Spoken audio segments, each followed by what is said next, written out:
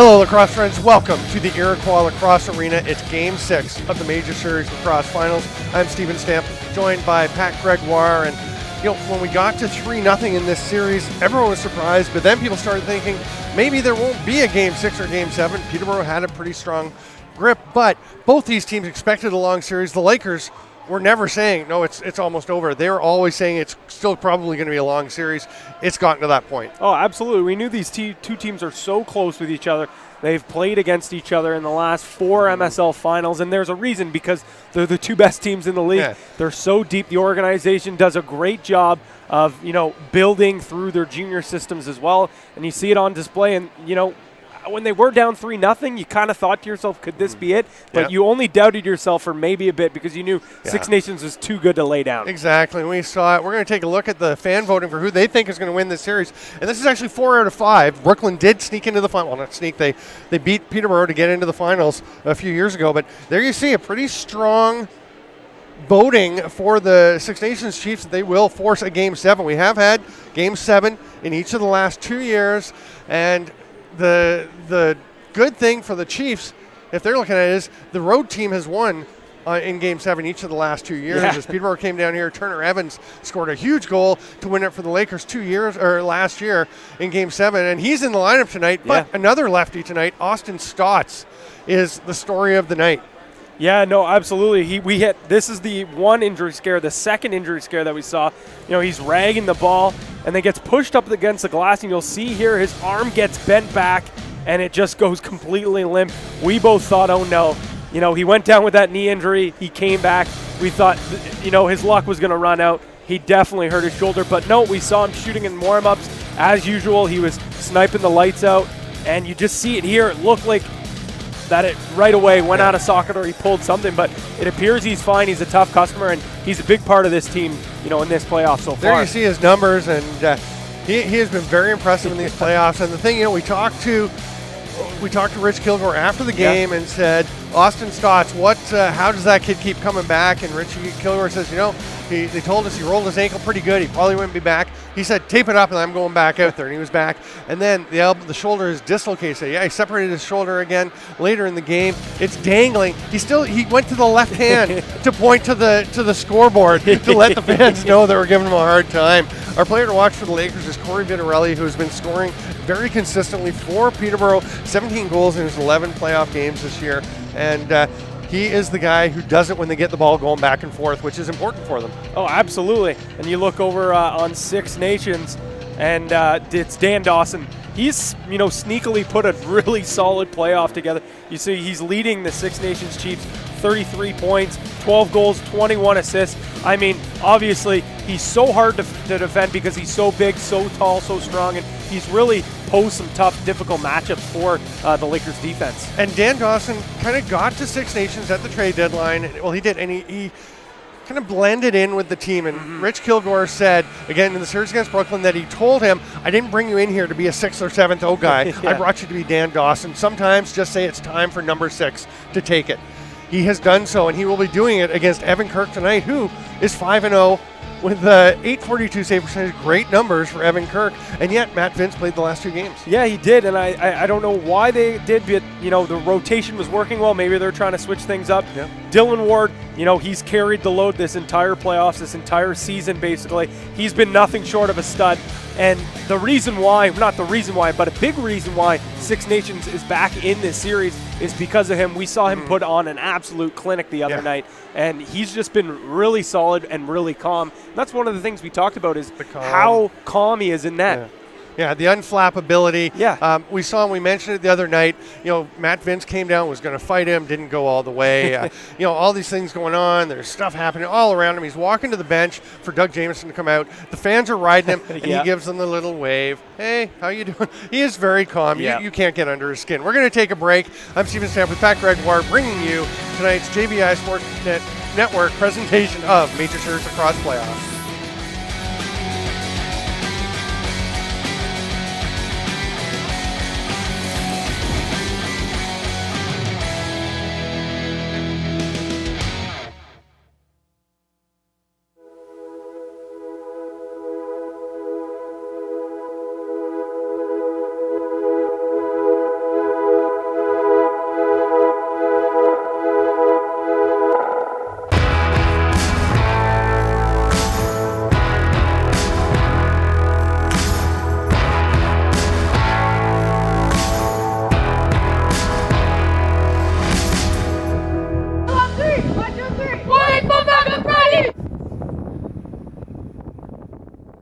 Traditions.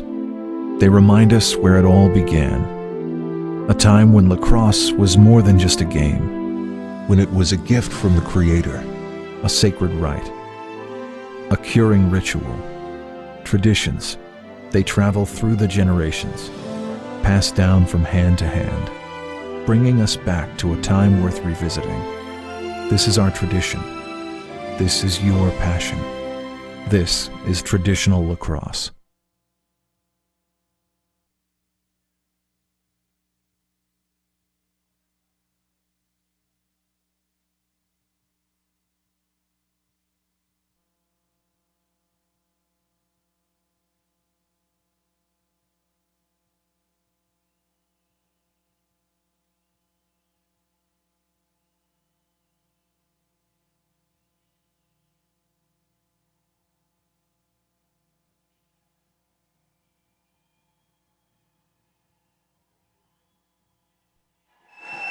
Welcome back, lacrosse friends, to the Iroquois Lacrosse Arena. I'm Stephen Stamp with Pat Gregoire inside the building. You can hear the crowd. They're excited because the players have just come onto the floor. Peterborough Lakers to our broadcast right. The Six Nations Chiefs to our broadcast left. The Lakers lead 3-2, but the Chiefs with the momentum. They've won the last 2 games, and you said you've been tweeting about it after game 2 and again after game 3. You said this isn't over. Yeah. And there are a lot of people who are talking about Six Nations being in the driver's seat and Peterborough kind of being in some trouble. We're going to just ask you, tweet us photos of where you're watching. We're showing the game live. Send it in. Let us see where you're watching. And Alex and Matt in the control booth will get it up on the screen. We'll show everyone where our friends are watching from. Yeah, no, it'd be great to see where you're sitting down. Maybe you're enjoying a nice frosty beverage, watching with some friends. Send us your tweets. You see the trivia question? Name the 6 players who are alumni of the Hill Academy, one of our great sponsors tonight. Very exciting to have them on. 6 of their players playing in this game. A bonus question, if you will. There's a 7th person with a strong Hill Academy connection who is also playing in this series. That might be the easiest part. This series is the game tonight is brought to you by the Hill Academy, a terrific school. They produce so many great field lacrosse players for the guys going off to NCAA schools and KUFLA schools, and also traditional lacrosse. It's not a game, it's tradition. They made a stick with, I hope you've all seen it on Twitter, with the announcing the live webcast tonight. Chiefs logo on one side, Lakers on the other side, and Sullivan's Pharmacy. It's an IDA pharmacy in Peterborough, right beside Revive Hair Lounge on Hunter Street East. Great place to go in, thanks to Jason and the gang there. And we know there's some pretty big Lakers fans in there, so hopefully they got off work so they can be watching the game tonight. We are ready for the opening face-off. Jake Withers, Jeremy Thompson, and Thompson pulls it out. Chad Tutton's going after, but Thompson comes up with it, and the Chiefs will have the first possession. Lots of pressure, full court there by Withers and Tutton. And Randy Stotts will run it down the floor, pass it off to Stephen Keogh. Keogh hits Austin Stotts. Dane Smith was thinking about a shot. Ryan Banesh now, everyone's had a touch. He's watched closely by Withers. What a shift Withers is having. And the shot clock will expire, and Stotts will take a bump and another bump as he heads off the floor. Lakers definitely be happy with that defensive stand there, especially from Withers, as you mentioned there. Some really high up-tempo defense, and I think that's how they're going to have to play if they want to shut down this high-powered offense. The big thing for the Lakers, of course, the last couple games has been finding their way to the net and getting scoring chances. They've got Turner Evans in tonight. They're hoping he can help them with some energy, some fresh legs. He's been ready to play for a few games, but it's been a healthy scratch. They've got a lot of depth on the left side. Holden Catoni is out tonight. Of course, no John Grant Jr. here tonight as he is in Denver. Couldn't make it tonight. He will be here if they need him Saturday for Game 7.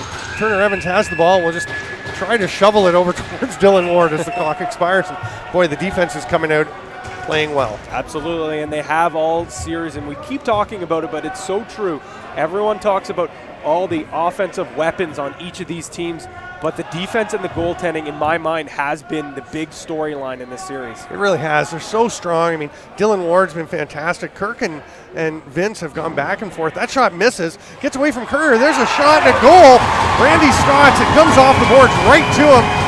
Boy, it's so difficult on the defenders and the goalies when it comes off the backboards because they, as we've talked about, they have to turn 83 on the and be goal, ready to spin 83. back to the defender, and Stotts just takes it off the boards and buries it. Yeah, Stotts, heads up play, crashing the net, going for that rebound, taking the home, the home floor bounce off the glass there. Nothing, like you said, the defender, it's so tough, the goaltender especially too. It's whizzing past the earth, and it goes right to, Randy Stotts, who's right on the crease, and he puts it home. It looked like it might have hit the post, but I think it was just such a hard shot, it went in and out.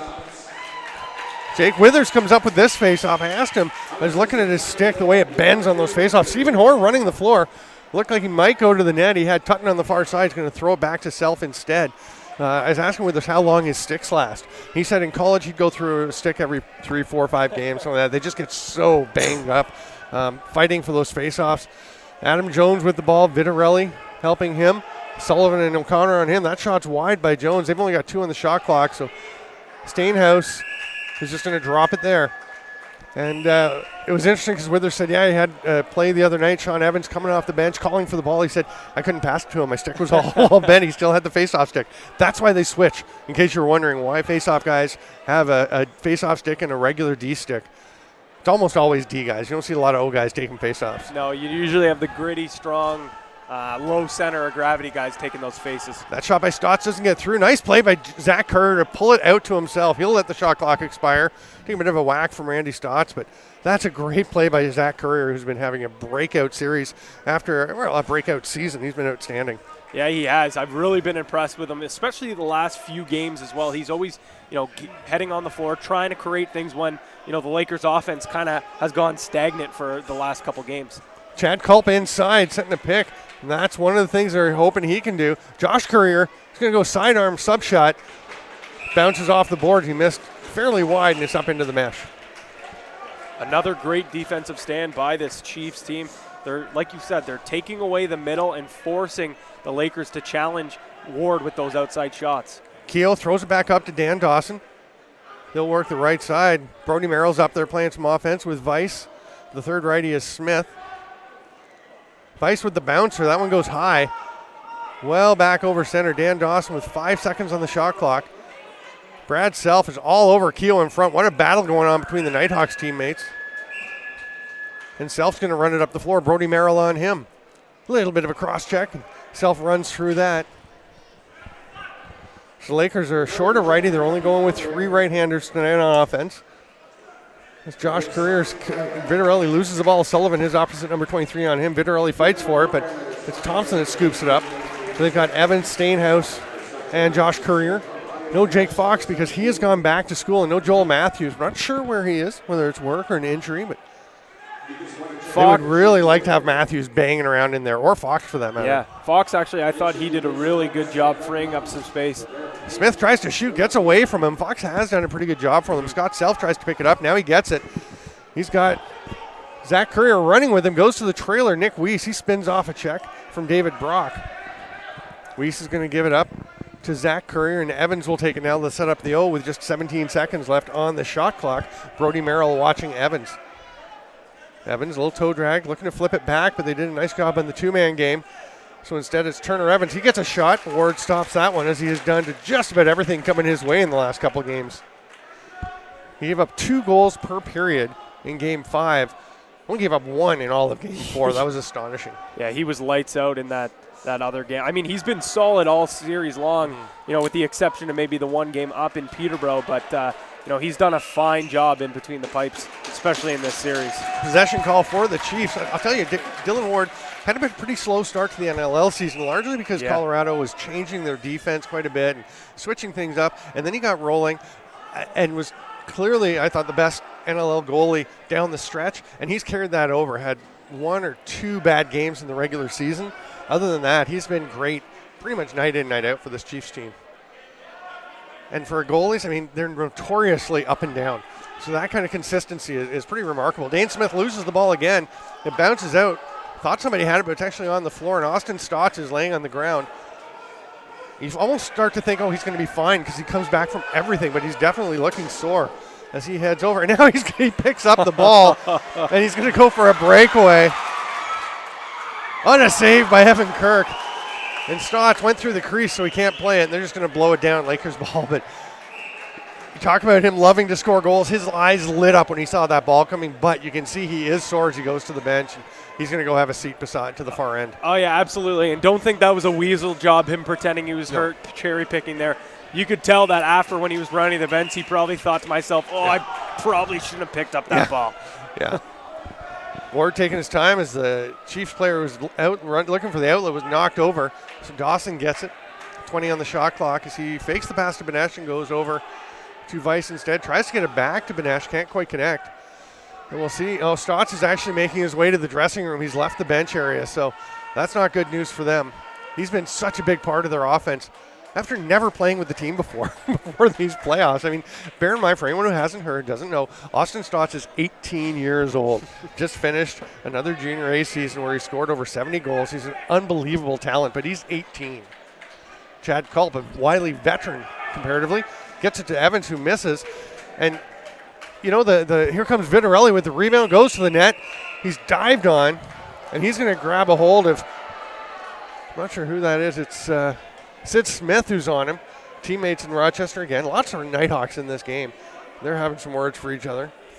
Vitarelli was kind of tackled into the crease, but I'll tell you, the Lakers have missed the net wide a couple of times, which might be an indication they're trying to avoid shooting 5-hole. Yeah, it might be. They've had no success with that. Yeah, absolutely. I think we talked about it, the last few games. The chances are definitely coming for this Lakers team. It's just they're not, capitalizing on their shot selection or shot placement, I should say. Yeah.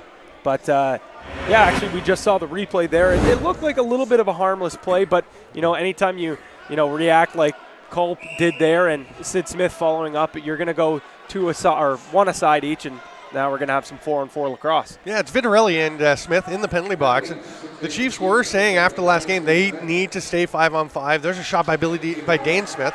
It was Billy D. Smith telling me, we're a good 5-on-5 team. That's what we really want to focus on and try and stay out of the stuff. And he showed such great discipline last game. Yes, he did. I talked to him about it after. I said, when Chad Culp flicked his stick and hit you in the face, I couldn't believe that you just walked away. He's like, we have to.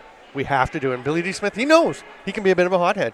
Great defender, though. What an addition he's been to this club coming back from injury, which caused him to miss all but one game in the regular season. There he is on Adam Jones, and his presence forces that errant pass. Stainhouse does get it. Evans shoots just a little bit wide, but that's a good shot. He had Ward beat just a little bit wide. And I think even though they're down 1-0 and haven't got many shots on net, I think it's promising for the Lakers that they are aiming for those corners and look like they're getting closer to them. Yeah, and I like their ball movement. They're going east-west rather than north. Now Keogh with the goal at the other end. That is some placement, though. The Lakers don't want to take too long and let the Chiefs get out ahead as Stephen Keogh finds a spot, just rips it past Evan Kirk. And, we've seen Stephen Keogh score about 3 goals in the last maybe 2 games exactly like that. He's got such a deadly outside rip, and we'll see on the replay here. He just does that little step back and a great pick there as well. But, he creates separation and just torques his body back and rips it home. The guy, we talked about it, he's got such a big bag in his stick, but for some reason, he's still able to rip it home. That's the John Grant Jr. shoulder move where you just shove the shoulder and create space. There's a shot from Stephen Hoare. Hoare and Dylan Evans and Jake Withers will all likely take the odd turn up on the offensive end, with the Lakers only having 3 offensive righties, just to spell the guys off, give them a bit of a break. Dane Smith at the other end. The key, I think, for the Lakers here is to stay calm and not let the Chiefs run away, but not panic, because we've seen teams come. I mean, the Lakers, remember, the first 2 games trailed 3-1 after the first period each time. So they can come back. They were down 10-6 well into the third period in game 1 and came back. So they know they can come back. The thing is, the Chiefs have so much momentum, you don't want it to get into your head. They've got to keep working their offensive sets, keep moving. Don't try and do too much yourself. Here comes Evans. He takes a shot with McNamara on him. Ward stops that one. And there's one, a few seconds into the offensive possession and no ball movement. You just take a shot, but Evans almost did get that one through. And if you've got the space, sure, take the shot, but they've got to get Ward going side to side. Yeah, absolutely. It's that east-west coast ball movement that they've got to do, and it's kind of, they're getting a little bit too distracted on the 2-man game because it was working earlier. But Jamison from way outside lets it fly. It's going to come off the backboards and back out to their straining line. Shot clock was about to expire, which is why Jamison was shooting from so far out. And here comes the Self brothers running with the ball. Scott with it. Brad sets a pick. There's Evans up there. So they've actually got 3 defenders The penalized players are back out, so they've got Vitarelli. Brad Self stays with him. He's trying to hit Stainhouse, who was cutting. Stainhouse turns, fires, and just a little bit of an arm on it by Dylan Ward. That is where Ward has been so good, is usually you get a goalie going one direction, and Stainhouse is good at that, and it's hard for him to get back, but he's so good at just lagging the arm. Yeah, he is, and it's that height he has, the long, rangy arms, and that really helps. And quick note there, Austin Stotts is back on the floor, so he appears to be fine. He always comes back. I don't know how he can keep doing it, but he is a tough kid to go with the talent. Stephen Hoare runs it up. He's got Josh Courier with him. He's going to bounce it way back to Culp, though, and Zach Courier will go off the floor. That allows Adam Jones to join the Lakers offense. Turner Evans coming in with McNamara on him. Culp was flattened by John Sullivan on the far side. He's back up, of course. He always gets back up, just like Austin Stotts. Jones spinning off of Sullivan. Will shoot, bouncer off the legs. It's going to come back. Oh, they're going to say didn't get it on the net in time, so it's going to be a 30-second violation. You know what, Adam Jones really has to get going for this team. I think that's a big part of it as well. I mean, he's getting his chances. And nice forecheck there. Looked like it might have been on the back, but yeah, some people disagreeing that it was a clean check, but the Lakers get possession. Nick Weiss up there to set a pick. Stainhouse will take the pass from Evans. He wants to shoot. Fakes it. Now he's going to shoot. Oh, what a save by Ward. And Stainhouse a little bit high. Maybe that arm is so good. Ward is so good with that right arm. You got to get it down around the knee. Evans over. It comes eventually Josh Courier, who's flattened by Brock after the shot. That'll earn the Lakers a fresh 30 on the possession. The hit was just a bit late. But that's a great possession shot there. Get it on net. Take the hit as well, because Brock was coming across, getting ready to finish his check. And if you're Six Nations, you don't mind that one. No. Send a message. There's a hard shot from Evans that goes up and is shrugged away by Dylan Ward. And here's the thing. Now they're getting at some corners. They're getting to some spots, and he's still stopping them. You can't let that frustrate you. No, you got to go back to it. You just got to stick to it. You got to stick to it. Keep forcing the issue. Don't rush, but just, it's early, and like you said, you can't let it get in your head. Benesh tries to wing one over to Dan Dawson. A bit of an odd pass, and Brad Self comes up with it. Dawson does a nice job of slowing him down, but a big pick by Withers. Withers and Benesh get into it. Benesh whacking away at Withers. The old guys, when they get caught back, they love to dish out some punishment. Vitarelli goes near side. Now Benesh going after him. Vitarelli will lay it on Benesh. Nice little spin move by Mike McNamara to get away from Adam Jones. What I was going to say about Jones quickly is, he had that 7-point night, the 6 goals and an assist, and then he had another 5-point night in Game 3. Besides that, he really has been hot and cold, and I think it's not so much he hasn't been playing good. It's just he's either way on and his shots are sinking, or, like we've seen already earlier tonight, Keogh shoots to the far side, and it just misses. It bounces out, though, straight to Austin Stotts. He gets a shot, but they're saying that one was a bit late as well.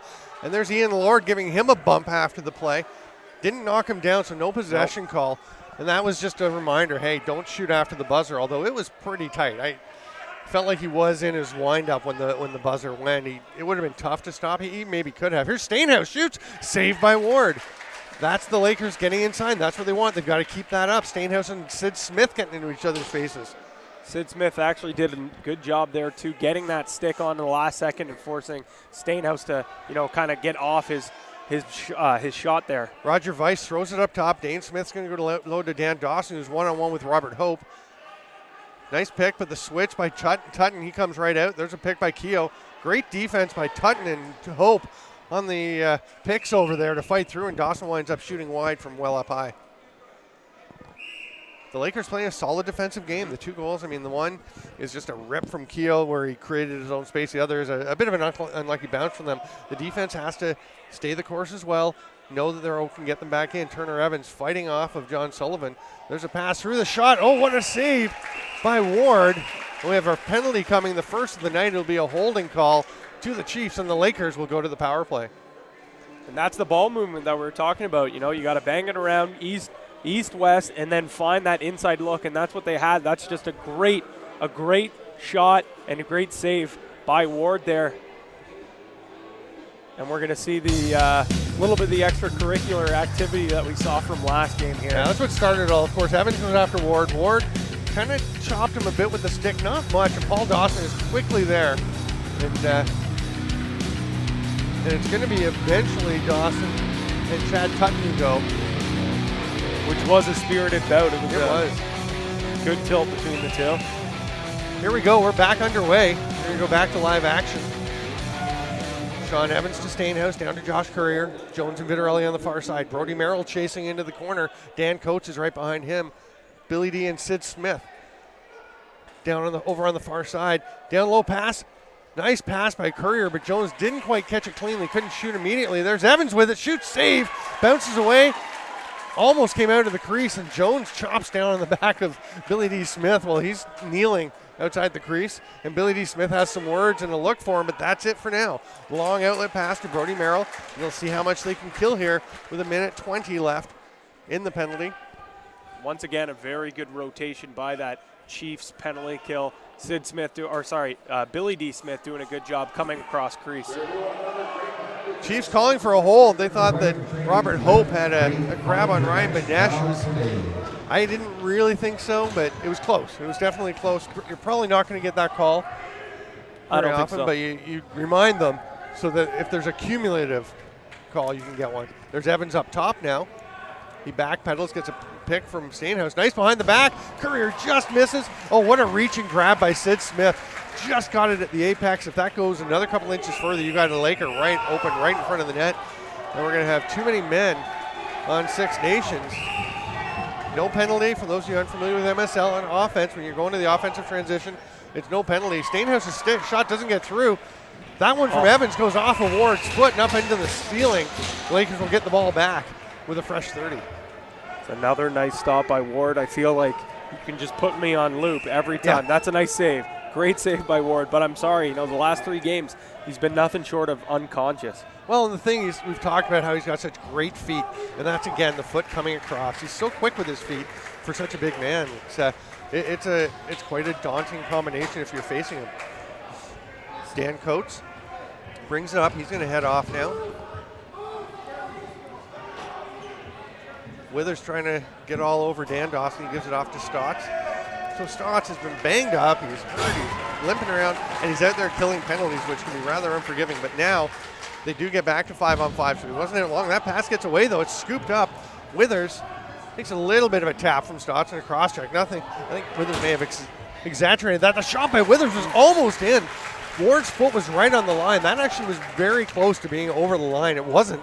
I'm pretty sure it wasn't, but it was close. That's a nice take there, too. He didn't try to put the ball through the net. It was just a nice, easy taken shot. Try to go for that bottom corner, and, Ward once again coming up with a big toe save. Randy Stotts back to Dan Dawson. That one hit something on the way and fooled Kirk, but it didn't get on net. Banesh tried to grab it. Now it's Stotts shooting. That one hit somebody. The Lakers block a ton of shots, and they got that one. Just 2 seconds left. Scott Self will pick it up rather than waiting for the shot clock to expire, and he's going to run it up the floor. 3.5 minutes to go here. We hope that you're enjoying this JVI Sports Network presentation of Major Series Lacrosse playoff action. Thank you so much to our sponsors, the Hill Academy and Traditional Lacrosse, for making this possible. A shot from outside, in tight. Evans looked like he was going to take a shot, but didn't. Jones will shoot. And Dylan Evans was still in the crease, and then Billy D. Smith made sure he stayed in there. And Billy D. was helping him to stay in. Roger Weiss running with the ball. Pops out of his stick, but he gets it back. Schul gets up a little high with the stick, but not too hard, so nothing to call there. In tight, Stotts scores! 3-0, a great pass from Dan Dawson. What a beautiful feed. Randy Stotts just escapes the notice of everyone to tuck that one home. We talked about how the Lakers had 83, good 6, offensive 28. possessions there, 5-on-5, where they moved the ball around, went east to west, and then worked that 2-man game. They kind of do the same thing here. The Six Nations Chiefs doing that, finding the little seal pass out in front of the net. And, we've talked a lot about Austin Stotts. Don't worry, we haven't forget about Randy, because he's got 2 goals here early, and he's telling everyone, hey, there's another Stotts too, and I can score as well, and I like doing it just as much as my brother. I don't know if anybody likes to do it as much as Austin, but Randy does like to score. Nice little play to slip off the check from Nick Weiss and just get away from him. And Not sure whether we should have been following him down or somebody should have been picking him up, but he just wound up being left all alone. Yeah, and it's, it seemed like Peterborough kind of got caught flat-footed there, and when your off-ball movement is so fast, it's hard to pick up when you're not standing still, you're not communicating, and it just looked like, the Lakers just got caught ball watching there, and boom, like you said, off that little seal, that little slip, and Dan Dawson is such a good passer as well. You knew he was going to find him on that crease. Stainhouse with the ball after Withers wins possession for the Lakers. The shots right now registering as we need a refresh here, but a 16-7, it'll be at least 16-8 because it doesn't show that last goal yet. But nice boy, the Lakers with an edge, but there come the Chiefs again. They are getting the edge on the scoreboard. Coach over to Brody Merrill. He's going to slow things down. Dane Smith takes the pass. They're going to wait until they get the whole offense out, and he'll hand it over to Randy Stotts, the man of the hour, with 2 of the Chiefs' 3 goals so far in this game. It's kind of a long possession here, and they try to get it to Stotts. Nice convergence by Ian Lord and Mark Stainhouse, who is back playing defense. He whips the pass up to Nick Weiss. Wasting no time. That's one thing that the Lakers have done a pretty good job here as well, is pushing the tempo. And when they are on defense, collapsing in the middle, like you said, they are on the crease. Jones watched by Thompson. Now he's going to be picked up by Ethan O'Connor. Turner Evans trying to create some space for him, picking 2 men, gets the pass on the roll, but I thought he stepped on the crease, and now they're going to say he did. Good call, good eye. Here comes Mike McNamara. He'll hand it off to Stephen Keogh, and the Chiefs go on the offensive attack once again. Just a minute and a half to go here in the first period. 3-0, Six Nations. Big momentum in favor of the Chiefs at the moment in this series. Coming back from 3-0 down to make it 3-2, and now 3-0 up in this game. There's a shot. Weiss is turned aside by Kirk, but it goes straight to Benesh. They say you make your own breaks, and boy, the Chiefs have been working hard to get these opportunities. The second chance opportunities seem to come when you keep working hard. The Lakers have to just keep plugging away. As Rich Kilgore likes to say, you don't know when the hard work will be rewarded. The Lakers have to stick to that as well as the Chiefs have been. Roger Weiss with the ball. 8 seconds on the shot clock. Randy Stott's kind of butt backing his way in. Gives to Smith. He shoots. That one goes wide. Did not get Kirk, so Stephen Hoare will just make sure nobody can pick it up. And Benesh comes in, and Hoare gives him a nice little shove just to help him get to the bench. 45 seconds to go. The Lakers coming down. We'll see if they go for the 2-for-1, go for a quick shot. They do. And that almost fooled Dylan Ward as it almost got through. 36 seconds. The Chiefs are going to take their time going up. Austin Stotts has the ball. There's a 6-second gap between the game clock and the shot clock, so the Chiefs do have to shoot before the period ends. They will leave Dylan Ward back there, leaning on his goalposts, as he usually does when the play's at the other end. A very calm survey. Very chill. Keogh to Jamieson. Haven't seen a ton of Jamieson. He shovels that one over to Stotts. It's a bit away from him. Big chop down by Lord. That pass gets away. The shot clock expires. 5.4 seconds in the period. Mike Hazen is talking to Chris Williams. Now Sean Evans goes to have a talk with him. Chris Williams and Blair Ferguson are the officials, and Williams will go and talk to the scorekeeper. Got to go up to 6.6 on that clock. So we started at 36 point. No, we started at 36.6. So 37 if you can't. So 7 seconds. The official, the clock operator, trying to argue with Chris Williams, but he said no. That's what we started at. We know exactly what it should be. So 6.6 seconds. He's put 6.4, and it's kind of like when your dog, when you tell it to come, and it will just stay a step away from you and make you come to it. You're like, no, come over here. He's like, I'm putting 6.4 up. And Chris Williams is heading over. There, now it's 7.4. You have to come all the way over. Hey, that's what home floor advantage is Just for, do right? 7 right on the nose. It won't. That point forward's got to stay up there. It won't come out. Okay. Might want to maybe mute on the box cam here. No, that's good. I like it. It's interesting hearing the discussion. Sean Evans running the ball. Fakes the pass. Now he throws it across right into the stick of Dan Coach, who's trying to get it to Chad Culp. Nothing comes of the opportunity for the Lakers. It is 3-0 in favor of the Six Nations Chiefs. A quick summary, Pat. The first period, not really dominated by Six Nations, but they're well up on the scoreboard. Yeah, absolutely. I think it's just the fact of what we've seen over the last few games. Just Six Nations, when they get scoring quality chances, they're putting it away. The Lakers have had a lot of chances. They've missed a lot of open looks, and that's been the difference right now. 3-0 for the Six Nations Chiefs. I'm Steven Stamp with Pat Gregoire for the JVI Sports Network crew. We'll be back.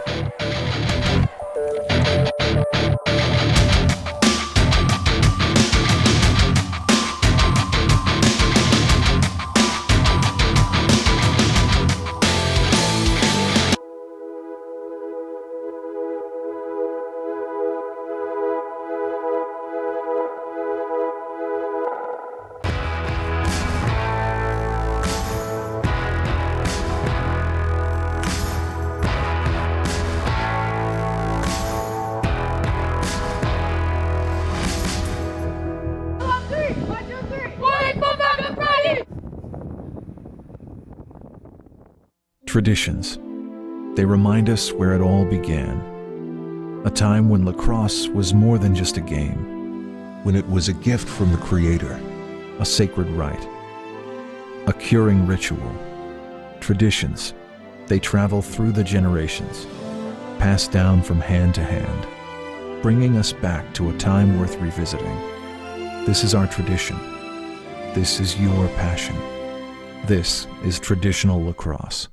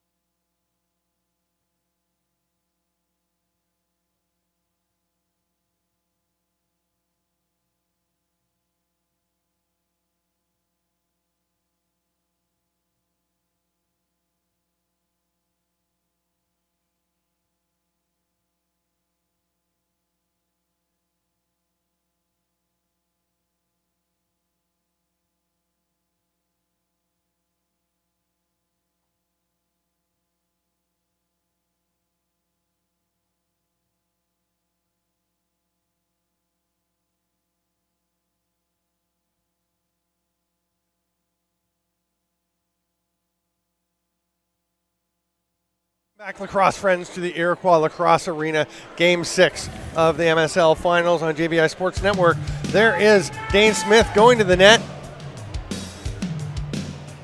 It's 3-0 for the Six Nations Chiefs as they're trying to get back. There's Austin Stotts laying on the ground after that. The ball rolled all the way down to him. He was heading to the bench, jumps back up, comes in, throws a couple of hard fakes, shoots, and then drags himself off to the dressing room. But he's come back. He comes back all the time. He's a miracle man. Yeah, it's unbelievable. 3 times we thought maybe he could be done for the night, and he's come back in the last 2 games. Shots on net, 17-9 for Peterborough. That's amazing. And they've had a few chances. The one shot by Withers almost went in. They had Gord beaten once, but they haven't been able to bury. It's okay, they're down 3, but they can't have another second period like they've been having. Let us know who you think should be the Sullivan's Pharmacy 3 stars of the game. Sullivan's IDA Pharmacy in Peterborough on 100th Street East is bringing you that. And tweet us at JVI Video and let us know. And I like to throw in my 2 cents worth sometimes, but I would say Dylan Ward might be considered at this point. Absolutely. And speaking of tweeting, tweet us in your picture. Show us where you guys are watching the game. We want to see what your setup is. Are you in the man cave? Are you streaming it, in your garage? Are you in your room? Send us where you're watching the game. And also, if you know the answer to the following question, name the 6 players who are Hill Academy alumni playing in the MSL Finals. Should we give them a hint? You can give the hint, sure. There's 3 on each team. There you go. There you go. So tweet us at JVI Video. Jake Withers pulls it out. Oh, and Robert Hope went down hard, but he's back up, and the Chiefs do gain possession. Dane Smith running into the corner. The Lakers, it was interesting, I ran into David Kirk, the father of Evan Kirk, the Lakers goalie, in the intermission. He said, best period we've played in a couple of games, and we're down 3-0. But that gives you the confidence that you can compete. And that's not a big save. I was going to say a big save by Evan Kirk, but Cody Jamieson somehow gets that ball to almost spin up over the shoulder and down the back and in. It's 4-0. The worst possible start for the Lakers. A great momentum continuer for the Chiefs. Yeah, we were just giving the praises of the Lakers that last period, and this is kind of the, the storyline of the game so far. They get a chance. You see Jamieson just gets in that beautiful quick release that we've seen so much. And I don't even know if that was Kirk's fault. I think it was just in such a small placement that it went off his body and in. It was a great shot. And we talked about Jamieson. When you give him a chance like that, most likely he's going to score. Evans and Thompson battling away, and Evans pulls it back. Nick Weiss comes up with it. Our thanks to our sponsors, the Hill Academy and Traditional Lacrosse, both coming on. We really appreciate them making this possible, this Game 6. And boy, the way things are rolling here, wouldn't be surprising to see a Game 7, which I'm not sure how many people thought there'd be a Game 7 when Peterborough went up 3-0. I certainly thought coming all the way back for Six Nations would be tough because they got themselves in that hole. The first 2 games weren't surprising. They were both tight, but the third one Peterborough ran away with, and the Chiefs have just stormed back. Thanks largely to Dylan Ward. That shot by Brad Self a little bit over the shoulder. And it's going to be scooped up on the far side. Just announced that we've got over 1,400 people watching, and I hope you're enjoying this game. It's certainly a tremendous battle. It's like the series was earlier, it's closer than the score indicates, but the Chiefs with a 4-0 lead, and Randy Stotts wants to make it more. A little back flip pass, and he almost got a pass of falling Evan Kirk. Penalty coming to Eric Schul for high sticking on Randy Stotts at the end of that play, or just after. That's unfortunate for Schul. He finally gets into the lineup, takes a costly penalty there. He has been playing pretty good early on in this game, and it's just one of those penalties that, things are starting to go, I won't even say south for this Lakers team. It's just no bounces are coming their way, and you're not doing any favors when, that something like that happens. Yeah, Schul's played very well for them all season, actually. Here's Dane Smith to Jamieson. He shoots but misses. Hope goes up high. Almost puts it back into his own net. Now he goes after Benesh. Tried to grab the loose ball. Jamieson gets it. Bounces away from him with Lord on him. Benesh has it again. Weiss goes from him to Dane Smith. Don't want to give Dane Smith too much room, but it's a power play. It's hard to cover everybody. Jamieson shoots, misses, comes to Stotts on the far side. There's a shot by Benesh. And Evan Kirk is standing tall in the net there. Outlet pass. Stainhouse takes it from himself. Oh, what a foot save by Ward. If Stainhouse had bounced that about 4 inches further in front of the net, that's a goal. Almost one at the other end, but Jamieson misses the far side. Dawson tracks it down. Scott Self on him, gives him the shove into the boards. Goes to Tutton as Dawson rolls it down. Tutton's going to put the shoulder in. He's tackled. A penalty coming on the hold by John Sullivan. And Tutton has drawn the Lakers even at 4-on-4 for the next minute and 3 seconds, and then they'll get an abbreviated 57-second power play. There's the toe save. Oh, unbelievable. And that's the type of save that you've been talking about all series long, is the body goes one way, but he leaves either an arm or a leg hanging there. So just in case when the player does go to the far side, he sticks that leg out, not even the leg, sticks the toe out and denies Stainhouse of a huge goal. And apparently we're going to watch the fight from last game between Chad Tutton, who just had a breakdown towards the net, and Paul Dawson. And Tutton's going to get the best of this early on. Dawson lands a couple of blows after. I think at this point people are like, holy cow, Chad Tutton is taking on Paul Dawson and doing well. And then a couple of punches there, and I don't think anybody else lands another one. Those all seem to miss at the end. Then Tutton, very smart, just you see the grab with the left hand to pull him down on top of him. That was a smart play because he was jerseyed and in some trouble. There's a pass to the middle. Jones can't quite accept it. Sid Smith on him. They're going to say Jones went through the crease and was the first man to play it. So it's Six Nations possession. Brody Merrill takes a two-hopper at mid-floor.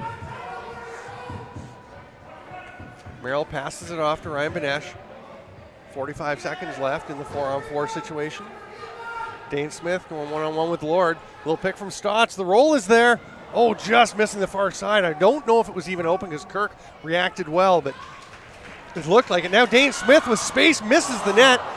The Lakers starting to get a couple of breaks with Jamieson and now Smith missing the net. Let's see if they can capitalize. They really need to get a goal or two to get back into this game soon. You talked about how Billy D. Smith said they want to play 5-on-5. Their offense wants to play 4-on-4 though, because they've been so good this series at 4-on-4. They do like it. Sean Evans with the shot, saved by Ward. Almost goes back to Evans, but McNamara gets it instead. He's breaking down with Jeremy Thompson. Brad Self is just going to ignore McNamara. Now Jamieson with the goal. McNamara, Thompson, and Jamieson connect, and it is 5-0. And 88-74 in McNamara. Looks like that's a shorthanded goal because I believe the Lakers were back to full strength at that point. Yeah, the clock just expiring, but what a great transitional goal here. Thompson recognizing he sees Jamieson coming off the bench, and we talked about it so many times. Jamieson with that quick release. Goaltenders having such a hard time picking it up, where it comes from, where it's going. And Thompson, he's had himself a quiet, strong series, winning a lot of face-offs. He's been good in the transition. We know he can shoot on the run when he's moved the ball up, but that's a great play to recognize the best player on the floor for your team right now, coming off the bench, and you hit him. The best player on the floor for you in most situations. Cordy Jamieson is clearly one of the very best in the world. There's Sean Evans getting the pick, moves it down to Stainhouse. Jones wants to shoot. He just gets stopped by Ward. It'll be Lakers possession again. Again, Ward just getting enough. The Lakers trying to avoid getting frustrated. Vitarelli will start with it down in the corner. Sean Evans, watched by Brody Merrill. The Lakers are on the power play here. Evans to Josh Courier. He shoots. What a save by Ward. Picked up by Sid Smith. He flicks it ahead with a short arm pass to Merrill. Tutton right on him. And somehow Merrill gets it to Dan Dawson. What a save by Kirk. That would have been a tough goal to overcome. Now, I don't know if Merrill knew that someone was coming off the bench there, or he just assumed, but that's a smart heads-up play by a veteran player. There's a pass. And the shot by Self rings off the post after Stainhouse got it over to him. Dan Coates runs the ball over center floor, and Weiss is all over him. Coates will give it off to Randy Stotts. Penalty is expired. We're back to 5-on-5 lacrosse. Big pick, a little too big by Dane Smith. He thought about shooting anyway. That one would have been late. Oh, Ian Lord drops the pass from Self, but he flicks it back to Self. That's a nice little behind the back pass. The underhand pass to Stainhouse. Shoots. That one didn't get through. Went off Paul Dawson. And here comes Dane Smith the other way. This is why they put him back out the back door sometimes, because he is so dangerous in transition. Gets a pick. Thought about shooting, but it was well played by the Lakers. And that one goes off the shaft of the stick of Evan Kirk. A bit of a tough break for Peterborough. Shooter's luck for Ryan Benesh as he bounces it off the twig and up into the mesh, and they get a fresh 30. Jamison, big pick by Benesh. He gets away with that one. Dan Dawson over to Keogh. Oh, he gets by Hope. Hope recovers. There's the help coming from Zach Courier down low. A nice two-man game by Hope and Courier. And we're going to have an illegal pick by the Chiefs. The Lakers will go the other way. Here's Zach Courier. They can use some of this if they can get some transition going. He's going to pass at the last second across to his brother Josh, but doesn't quite get through. It's picked up by the Chiefs. That pass goes awry for Ethan O'Connor, and the Lakers will get it back. They've got unsettled transition. Pass in front. They're going to say too many men. Wow, they've got 5 guys in the offensive zone and 1 standing down in the defensive zone, so that's pretty clear. If you were just looking at the offense, you saw the 5 guys out there, but Nick Weiss was down by the Six Nations bench, so no question about that one. Chiefs setting up. Randy Stotts shoots. That one's wide. Bounces out. Grabbed by Weiss. He can't handle it. He gets it eventually. Big hit by Stotts. And Dane Smith gets it. Kirk has to get back in his net. The pass to Benesh across to Stotts, and somehow he missed, although Kirk had the stick up there. May have stopped it anyway. You can see Stotts saw the stick coming up, but he's kicking himself for not burying that one because he usually scores on that. Austin Stotts, hard pass to Dane Smith. Fakes, shoots, comes out to Stotts. Randy's shot. There's Brad Self, a little spin move on Brody Merrill, and he's running. Stainhouse is down the floor. Self is going to spin again. Merrill gets the stick up around the chin, spins the face mask a little, but nothing too egregious. Good no call there.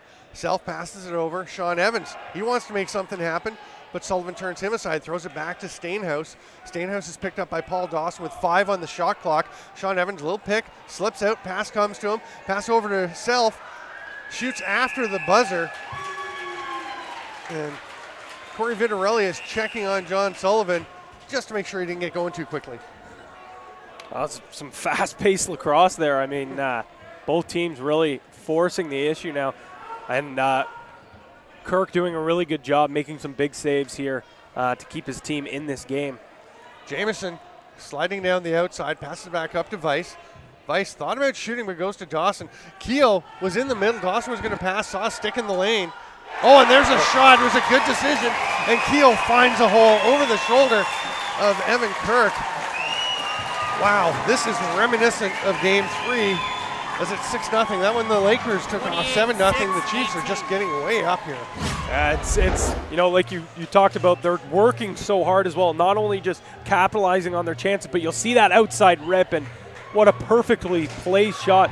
But once again, Dawson, setting the play up, taking it to the rack, flipping it out. And Stephen Keogh, since he's been that healthy scratch in Game 3, I believe, right? A few times. Yeah. And in Game 3, he was the healthy scratch, came back into the lineup. Since then, he has been so solid for this team. Ball is still free off the faceoff. Then Ethan O'Connor grabs it, and there's going to be a possession call. The Lakers would probably like a penalty as Tutton was flattened, but they do get the ball. Again, probably an appropriate call. I don't think you need to go send somebody to the box there, but you do give the ball over.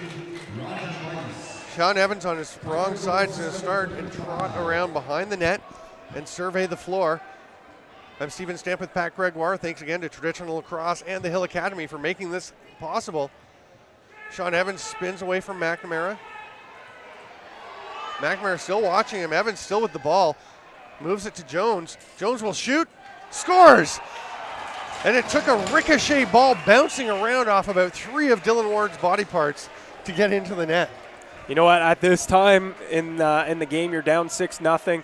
You get your first goal. I don't think Adam Jones is going to be picky with how pretty the goal is, especially the way that we've talked about in the last few games. He hasn't really found his stride. That's huge for his confidence. Adam Jones, we've talked about it earlier in the series. He's a big-time volume shooter, and when he gets his confidence going, he is one of the best shooters in the game. That would be massive, massive. We talked about how earlier in the series when they went down, the Chiefs went down 3-0, we said this thing isn't over. I'm going to say the same thing. The Lakers are down 6-1 right now. This game is far from over as well.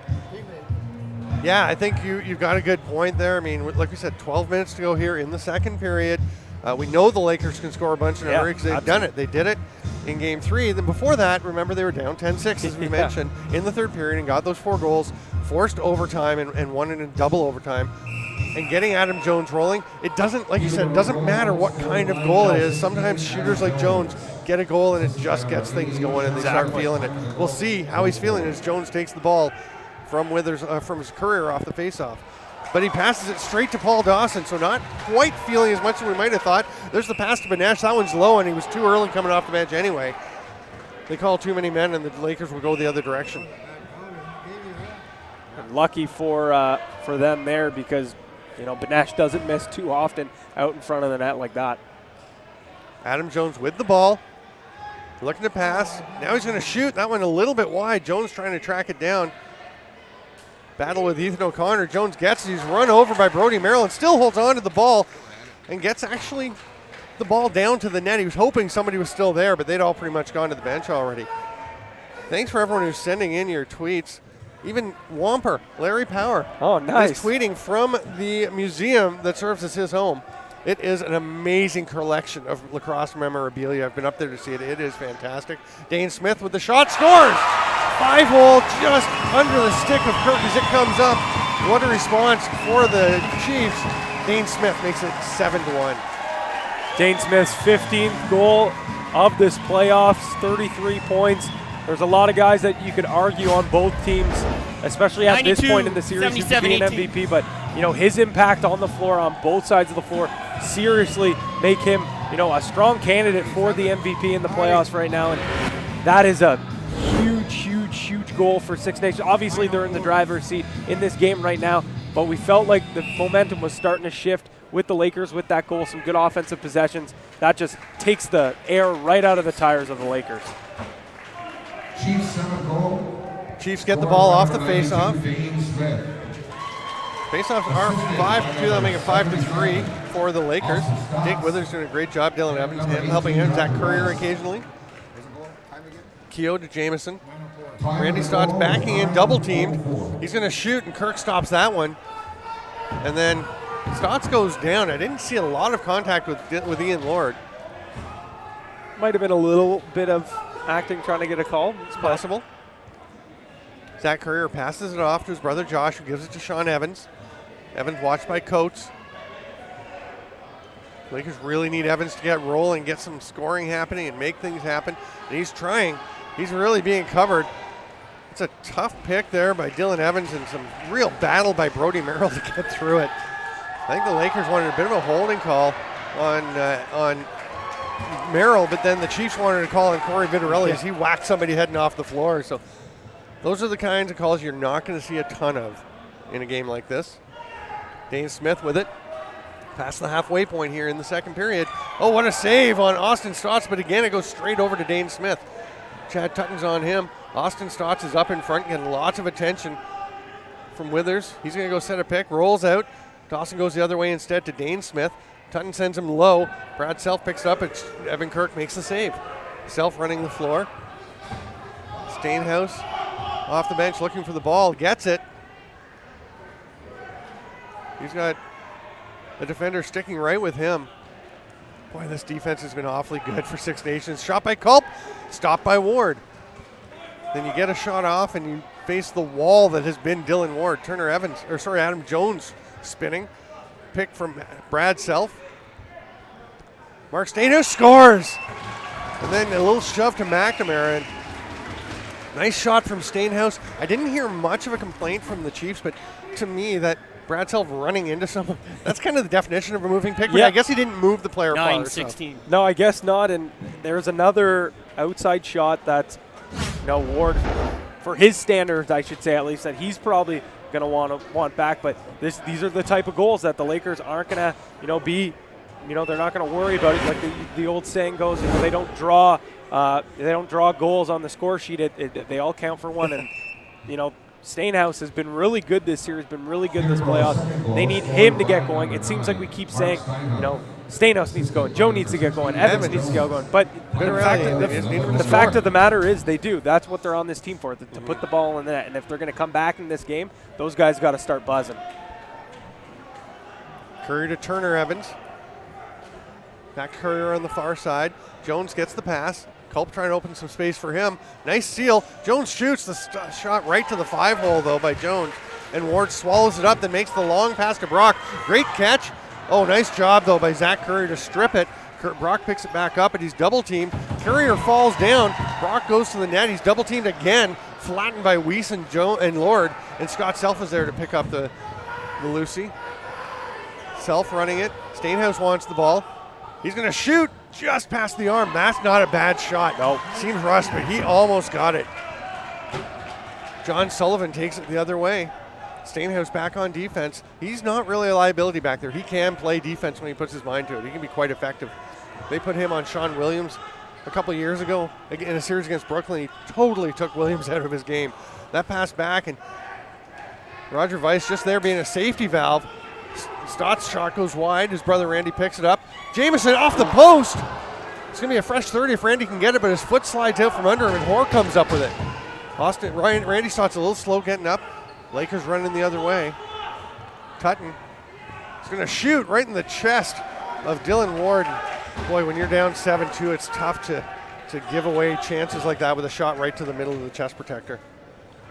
Not a bad take if you get it to a spot where it can go in, but it's just deflating when it feels like there's no chance of the ball going in because it's right in the middle of the chest. Especially when they had 2 or 3 good possessions in a row where, they challenged Ward as well, and then you take that outside look and it just Dawson up top to Smith. He's going to bounce one, saved by the foot of Evan Kirk, doing his best Dylan Ward impression there. Smith going after the loose ball, gets away from him, and Dylan Lord can't come up with it, but does now. It bounces out of his stick. Eventually, Lord is the one to come up with it, and everyone's going to head off for their changes. Sean Evans off the Lakers bench first. Lord thought about the long pass, but instead he's going to give it to Jones, coming a bit later. 7-2 with 6.5 minutes to go. Thank you again to Traditional Lacrosse and the Hill Academy for making this webcast of MSL Finals action possible. Remember, tweet us at JVI Video with your suggestions for the Sullivan's IDA Pharmacy 3 stars of the game.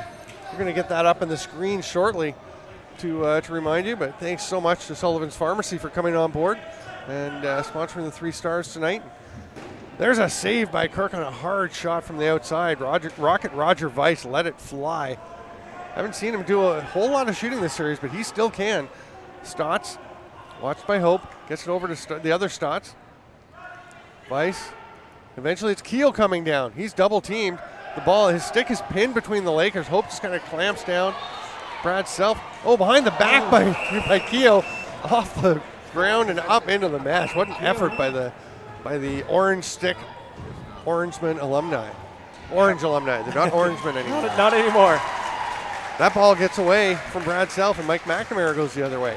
Ryan Benesh is going to give it up to Dan Dawson. We'll set the table. Boy, every minute that ticks by is just helping the Chiefs get closer to forcing a Game 7.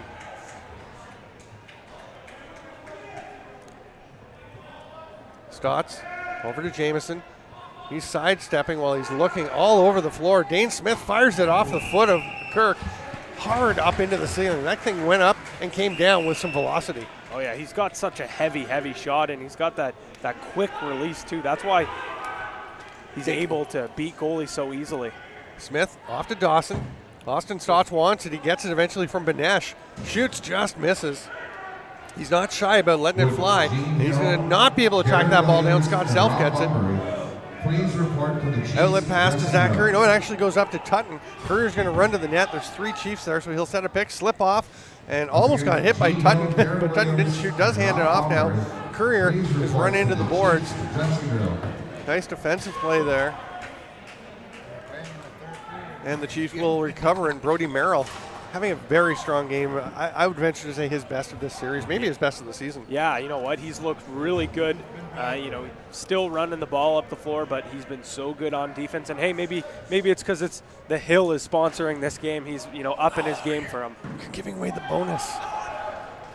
It's okay. I think most people may have figured out by now that Brody Merrill is the director of lacrosse at the Hill Academy.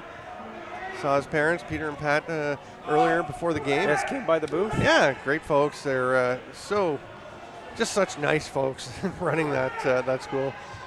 They've got a big growth. There's Sean Evans shooting. It goes 5-hole into the stick again, though. Didn't get that one where he wanted as he was double teamed. Jeremy Thompson, 2-0 with Austin Stotts, gives it to him. Saved by Kirk. That's one where there's almost too much time. We talked about it the other night when somebody had too much time. It's just you start to think instead of just doing what your instincts tell you. Thompson has it back. We'll throw it over to Roger Weiss, and Thompson's going to stay for the possession. They've got 23 left on the shot clock. Actually, the shot clock's frozen. Saved by Kirk. We'll get a reset and it goes back to 30 and all is well.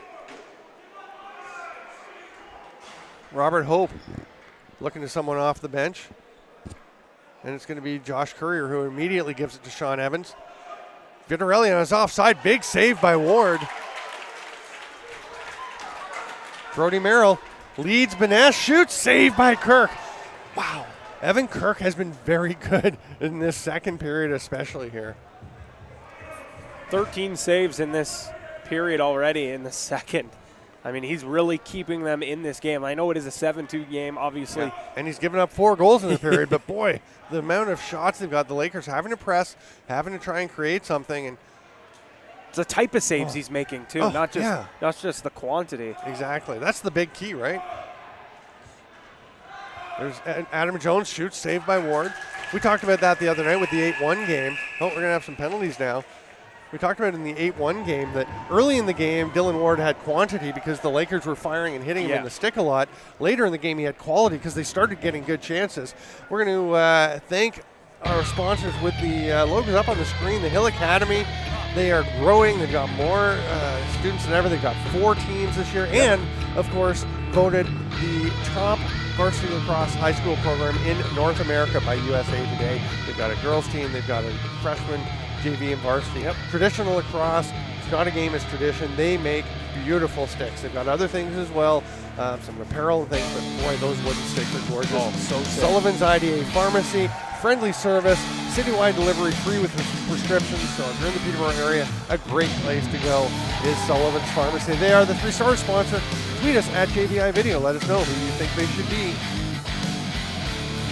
And I'm still thinking Ward. That would be a pretty good pick, I would say. What a game changer. What a series changer Ward has been. Benesh up top to Dane Smith. Little roll. Nobody's open, so he goes to the far side to Stotts. He's going to take it to the net himself. Spins back, looking out to Smith. Shoots, saved by Kirk. That wasn't actually a bad chance. That was pretty close, but Kirk with a good save. Pass up to Weiss. He gets checked, but runs through it, goes to the net, scores! That is the type of goal that can change momentum. Weiss from self fights off the check and goes hard to the net and tucks it just inside the post. You know what? That's one of those goals that you talked about earlier. 25 in the where goaltender. You don't know where the hard work is going to pay off, and that's exactly it. You have 2 players that are working hard. Weiss, I thought, has had a great series. A hard, athletic, hard-nosed, gritty player. But he does have the ability to score when he gets those chances, and that was one of those examples there. And as you see there, getting the tap on the head, saying great work, especially when those players that aren't used to finding the score sheet, it's like you said, it's a big boost. Yeah, and he does it sometimes, but the Lakers really do have to push the pace. Yes. And they got something from it that time. They've had a few chances. We saw the Tutton chance earlier where he didn't get the shot where he wanted, but a good take, as we talked about. But that one, Weiss making it count 7-3. With a minute and a half here to go. We're 4-on-4.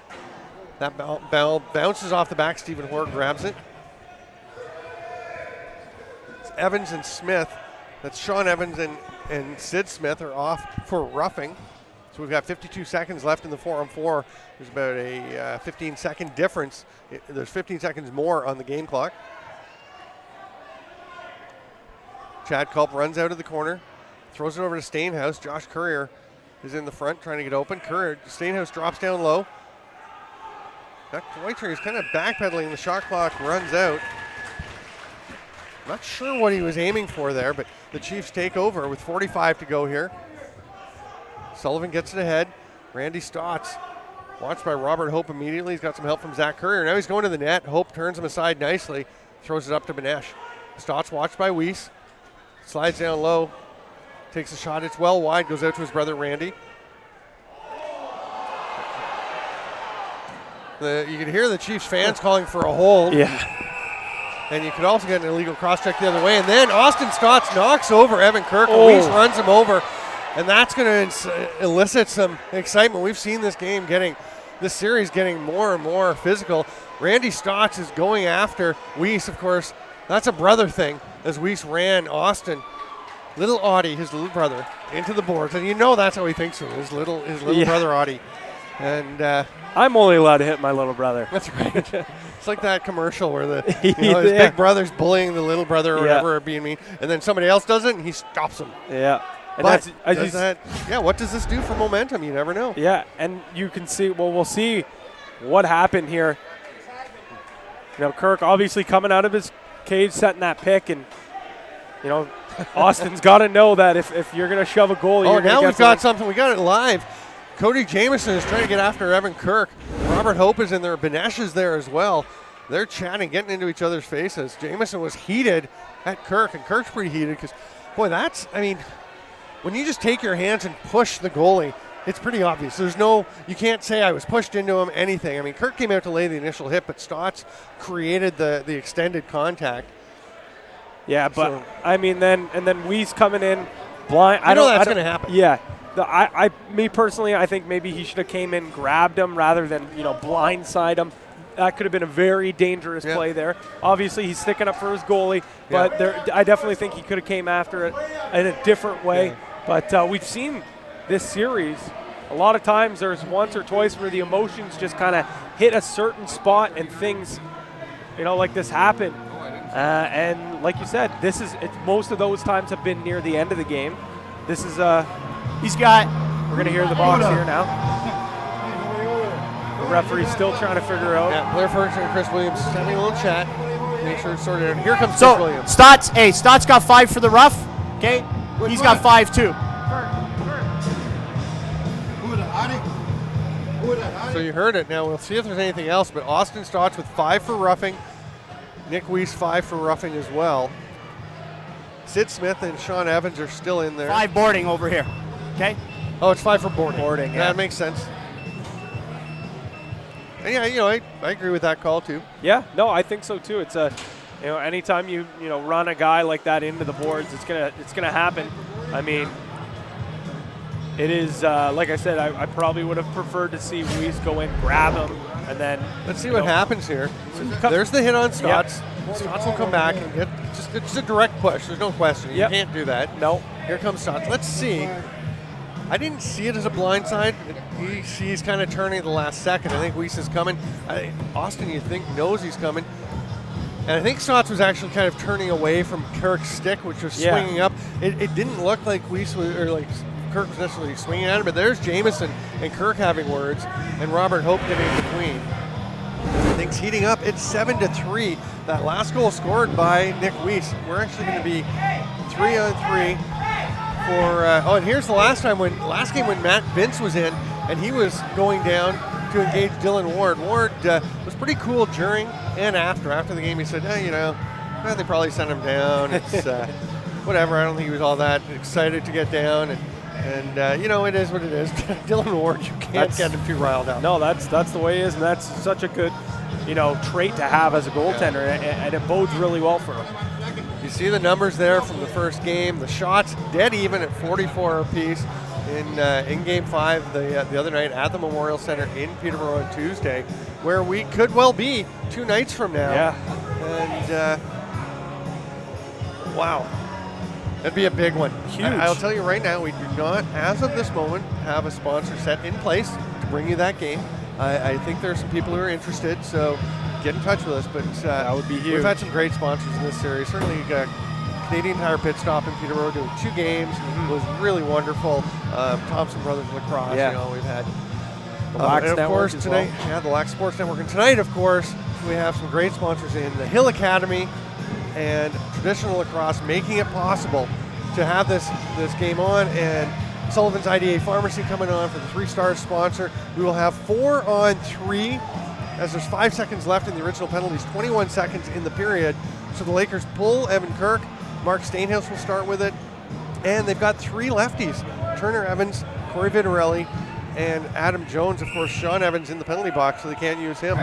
Billy D. Smith, Brody Merrill, and Dan Coates on for the Chiefs. Out comes Sid Smith, and Sean Evans joins the Lakers. Peterborough penalty number 45, Ice, 5 minutes for boarding. Time of the penalty is 19:39. The officials having a chat here, and I'm not sure what the discussion is.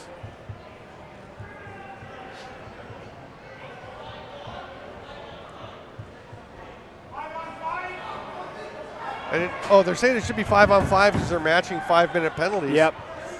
So another player comes out, Josh Courier for the Lakers, Paul Dawson for the Chiefs. And they've got it correct now. And now, Blair Ferguson, Chris Williams, just want to make sure they've got it correct. Thank you so much to the 1,400 plus of you who are watching this game. 1,600 plus of you who are watching this game. I'm Stephen Stamp with Pat Gregoire for the JVI Sports Network, and we are thrilled, but do get in touch with us about Game 7. I think we might have some folks who are going to be we got to reset everything, so you got to add 9 seconds to the clock. You want 21 back on the clock? You can hear that's Blair Ferguson talking to the timekeepers. They want the 9 seconds back on. They're going to start again at 21.4 because they should have been 4-on-4. So they'll again count down the 5 seconds. Take the 5s off. So because they are... 5 should be off, and they have what left? They of aren't their penalties that are served. Full. They sit and serve those matching 5s. It's like fighting penalties. They don't They don't show up. They're coincidental. So they do not affect the manpower. No, you don't have to put it. How much time left in those guys' penalty? 5 seconds. 5 seconds. Okay. So it's Sid Smith and Sean Evans will have, again, 5 seconds to go. It was 21.2. It's back to 21.2 seconds. So they will serve that last 5 seconds. Then Evans and Smith will join the set, and it will be 6-on-5 at that point. So we'll have Stainhouse, Courier, and Evans on the right side. Turner, Evans, Jones, and Vitarelli on the left side. And as we mentioned, Paul Dawson, Billy D. Smith, Dan Coates, Brody Merrill, and now Sid Smith out there for the Chiefs. 15 seconds to go. Stainhouse with the ball. It's all set. Jones down to Vitarelli. Back up to Jones. 10 seconds. Stainhouse backing away to Jones. 6 seconds. He shoots off the leg of Ward. Comes out to Vitarelli. They've got 2 to get a shot off. He drives to the net. Is knocked down. Takes the legs out from under Paul Dawson. And they're looking at each other. Vitarelli is down heavily. They're both down. Dawson looks okay, but Vitarelli seems a bit slow to get up. Billy D. Smith with a couple of words, and Dan Coates says, it's okay, Billy. Just come on over. Vitarelli's up. Everybody's up. That is the end of the second period. It's 7-3 for the Six Nations Chiefs, a 4-3 period for the Chiefs.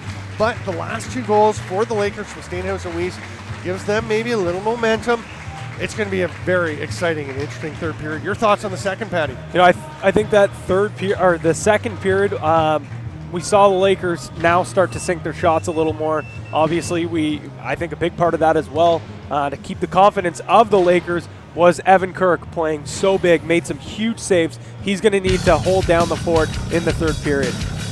We will go to a break. We'll be back with an exciting third period.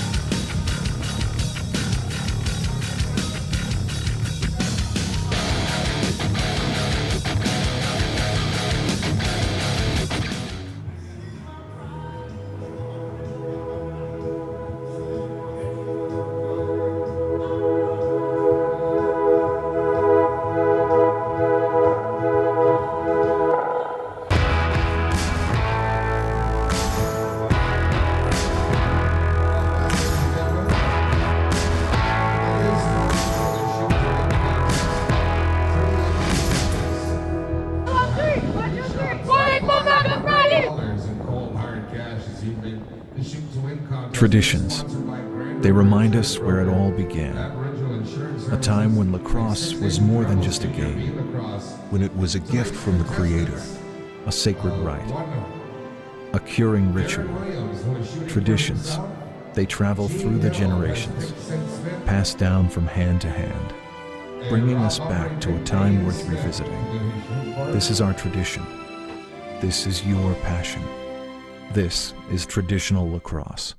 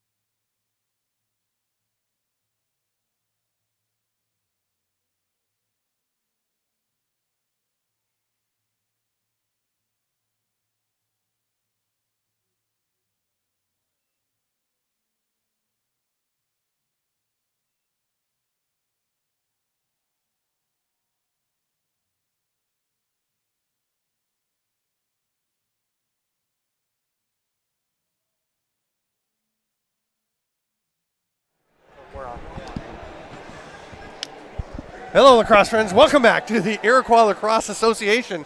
Minute and a half to go until the third period, and it is 7-3 for the Six Nations Chiefs. We will be 5-on-5 lacrosse. When we resume, of course, Austin Stotts and Nick Weiss will be in the penalty box. There you see the period shots. The Chiefs turning things around, a 22-12 lead to take the overall lead, but boy, it's been close, and the Lakers actually didn't score in the first, get 3 in the second, including the Steenhuis goal and the Weiss goal, the last 2 to make it closer.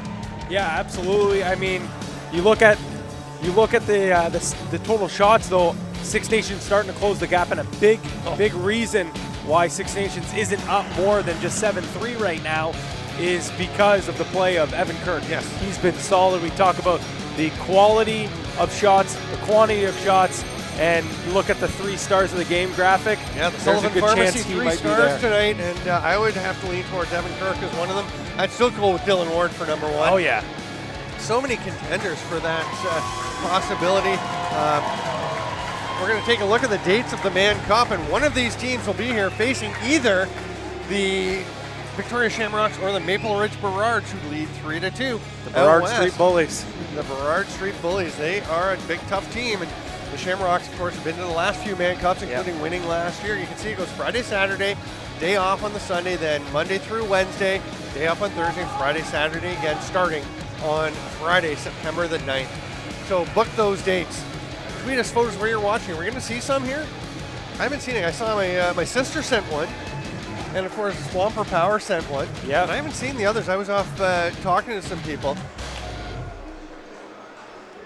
So I don't get to see them, but our trivia question. Are we going with the answers now? The trivia question: who are the 6 players in this series who are alumni of the Hill Academy? There they are: Dylan Ward, Randy Stotts, and Leo Storos. It's not quite how you spell it, but that's close for the Chiefs. And Chad Tutton, Josh Courier, and Jake Fox on the other side for the Lakers. Those are some quality ball players, and they come from a quality program. The Hill doing a great job with, like you said, the #1 program in the States, voted by USA Today. And in North America. In North America. They do play in that U.S. league. Which they play a lot of games in the States against a lot of prep teams. And, of course, they beat the U.S. U19 team that went on to win the World Championship. So that's a good program. Mightily impressive. Jeff Teat was brilliant in that game. Here's Turner Evans. What a goal! And it counts. He gets the ball in before the net.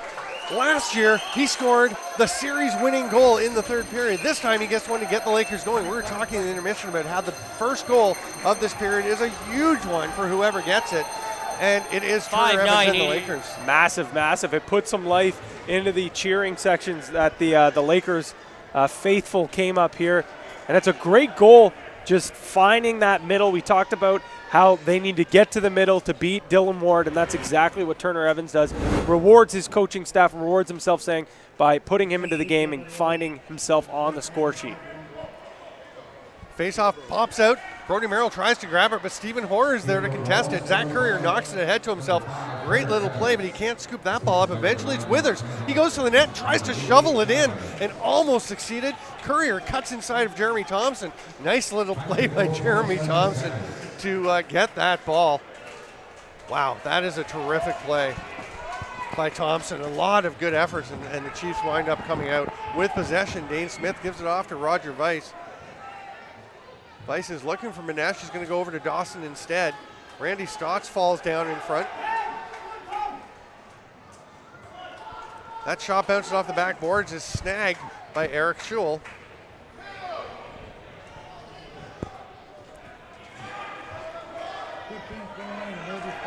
Lakers down the other end. Sean Evans shoots. That one goes off of John Sullivan. Evans lost his glove. Mike McNamara making it hard for him to pick it up. The Lakers get it back. 10 on the shot clock. And Chad Culp will fire. Ward makes that save with the chicken wing. Looking up the floor. Nobody's there. He's looking for the short outlet now, and it's David Brock. Good fast pace that we've seen to this third period, that we've seen pretty much all series long, but you knew that the Lakers were going to come out strong. That shot by Stotts goes well wide. It's snagged by Brad Self, who runs into traffic but comes out of it. Cody Jamieson trying to track down Stephen Hoare. Self will shovel it over to Withers. He looked like he was thinking about letting it rip. We talked about whether staying up in the offensive zone, but he is not. Now he is. Actually tell him to stay out there. And there were 6 players out for Six Nations. It was not called, and the Lakers bench is pretty upset because Cody Jamieson was a little late running over, and that would be on the defensive end, a 2-minute penalty. Brody Merrill brings the ball forward. Of course, we thought maybe there was a moving pick on Brad Self on the Stainhouse goal, so things do have a way of evening up. Officiating throughout the series, I think, has been pretty strong. Yeah, no, I think the officials have done a good job being consistent. Yeah, Tutton fires one of those Hill Academy graduates we talked about, and they're going to say it's no touch by a Chief, so it's Lakers ball coming up the other way, and Jeremy Thompson has it. Cody Jamieson runs across mid-floor. Back up top to Dan Dawson as they slow things down a little bit. Dane Smith comes around the pick from Randy Stotts, but Robert Hope gets him, but then holds on a bit too much. Hope was kind of reaching out with the one hand, and as Smith ran tightly off the pick, he kind of hooked Hope's arm, and it's a goal by Randy Stotts. Just as the 6th attacker is coming out, Stotts answers the Lakers goal, and it's 8-4. That is a massive goal. 18 white. We started to feel the momentum shift towards the Lakers, but that penalty comes, the extra attacker comes on, and Randy Stotts wastes no time, sees an opening right here and rips it home. The hat-trick goal for the older brother Stotts, and it's a perfectly placed shot. Big bouncer, big celly for number 83 there. And now we're at an 8-4 ball game. The lead just stretches out just a little bit. Yeah, back to 4 goals after the Lakers had trimmed it a little bit on the Turner Evans goal. Zach Currier can't come up with it now. Ethan O'Connor going to the net. Cross-hander. That's more than just a twister. That's a full crossover. And he misses the net. It's picked off by Brad Self. He's 1-on-2, so he's going to slow things down. John Sullivan's still out there, and Billy D. Smith gets out in a hurry. Sean Evans with it. Evans spinning off McNamara. Josh Currier is back up high. Evans tries to go to the net. Scores! What a goal, Sean Evans! He's been a little quiet, but that is what he can do when he's on his game. He has a couple assists. He adds a beautiful goal. Yep, we mentioned that the big-time scorers, the point producers, have to get going in this game if they want to get back into it, and that's a huge goal for this Lakers team. Talking about how dynamic of a player Evans is. This is just a beautiful individual effort. This is great defense here as well, but Evans just out-muscling, out-working, taking the ball to the cage. And we said if you're going to beat Dylan Ward, you're going to have to beat him out in front of the cage, and that was very close to being a crease as well. Close. Seeing that second look. There's a look and a save by Kirk on Dan Coates on the backside. It's knocked out, but Lakers are going after it. The Lakers want an interference call, and I think they've got a point on that one. But a lot of stuff being let go. They're letting the players decide. And I hate it when people say, oh, they're letting them play when they're letting offenses go. But when it's just guys battling, I'm cool with that. And there's a shot by Dane Smith. And there's an answer for the Chiefs. One thing these games that the Chiefs have won, one thing that they've done so well is replying, stopping the bleeding, stopping the Lakers having any chance of getting back into this game. A huge outside rip by Dane Smith. I mean, 83. How many times have we seen him do that either on this floor or with the Buffalo Bandits? He's barely inside the restraining line, maybe 1 or 2 steps in, and just blast that ball by Evan Kirk. Lakers possession on the faceoff. That's a great shot by Smith. The 2 leading candidates for MVP of the National Lacrosse League go back-to-back. Evans and then Smith with huge goals for their teams. It's 9-5, back up to 4. Dylan Evans scores. Dylan Evans proves that he belongs up front. He is a defender and faceoff guy playing up some shifts as the Lakers only have 3 righties, and he makes like his non-cousin. 26-9, 25. That's a great take, and you know what? If you see the separation created here up at the top, and that slide can't get up, as that's a beautiful pick by Stainhouse. Wow, and Evans takes a great shot, placed perfectly. And something tells me he might get a couple more looks on offense after a shot like that. No kidding. 9-6, the Lakers come right back. So after 10 goals in total in the first 2 periods, we've got 3 in the first 4.5 minutes of the third. Things opening up a little bit. Sean Evans has the ball. He's got Courier with him. McNamara back on Evans. Billy D. Smith looking at Courier. Evans spins. Looking to pass, gets it over. Jones steps in, he's going to shoot. Saved by Ward, that's a big one. Jones buries those a lot. Up in the mesh, and the Lakers get it back. Sorry, Patty, no time for you to jump in as they go right away. Jones is thinking about shooting again. He does. That one's blocked by John Sullivan. Jones is going to get there first. Nice job to tap it out to Turner Evans. He throws it across to Sean. Sean Evans shoots. It's blocked.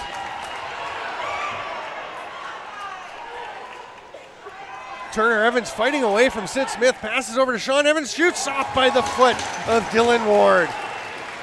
9-6. Thank you everyone for being here with us on this JVI Sports Network presentation of Major Series Lacrosse Finals. Sean Evans and Mike McNamara, teammates in New England, opponents here, and they're getting into each other's faces. Thanks to Traditional Lacrosse and the Hill Academy for making this possible for all 1,800 plus of you watching the game to be with us. Cody Jamieson across shoots. He's so dangerous over there, but Kirk is equal to it.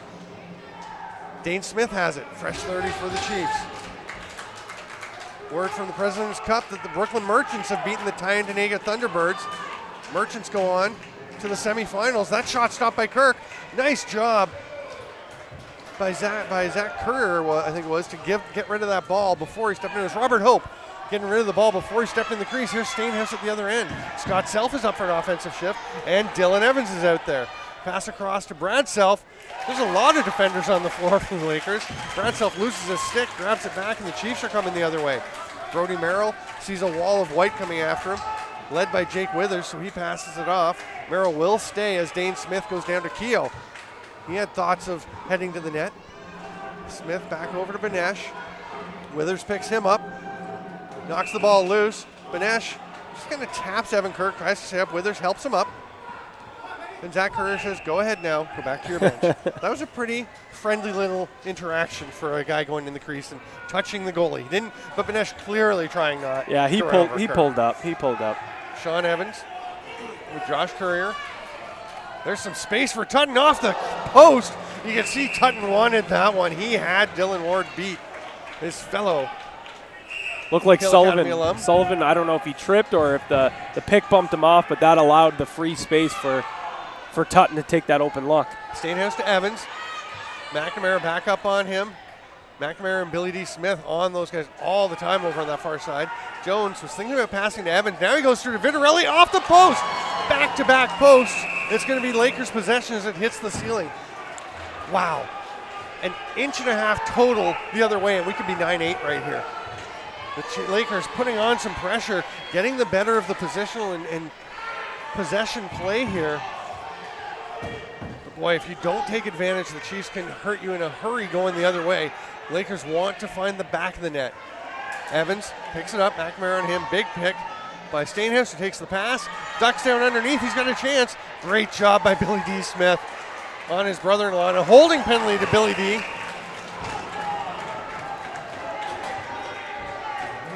The Lakers will go to the power play, trailing by 3 with 12 minutes to play.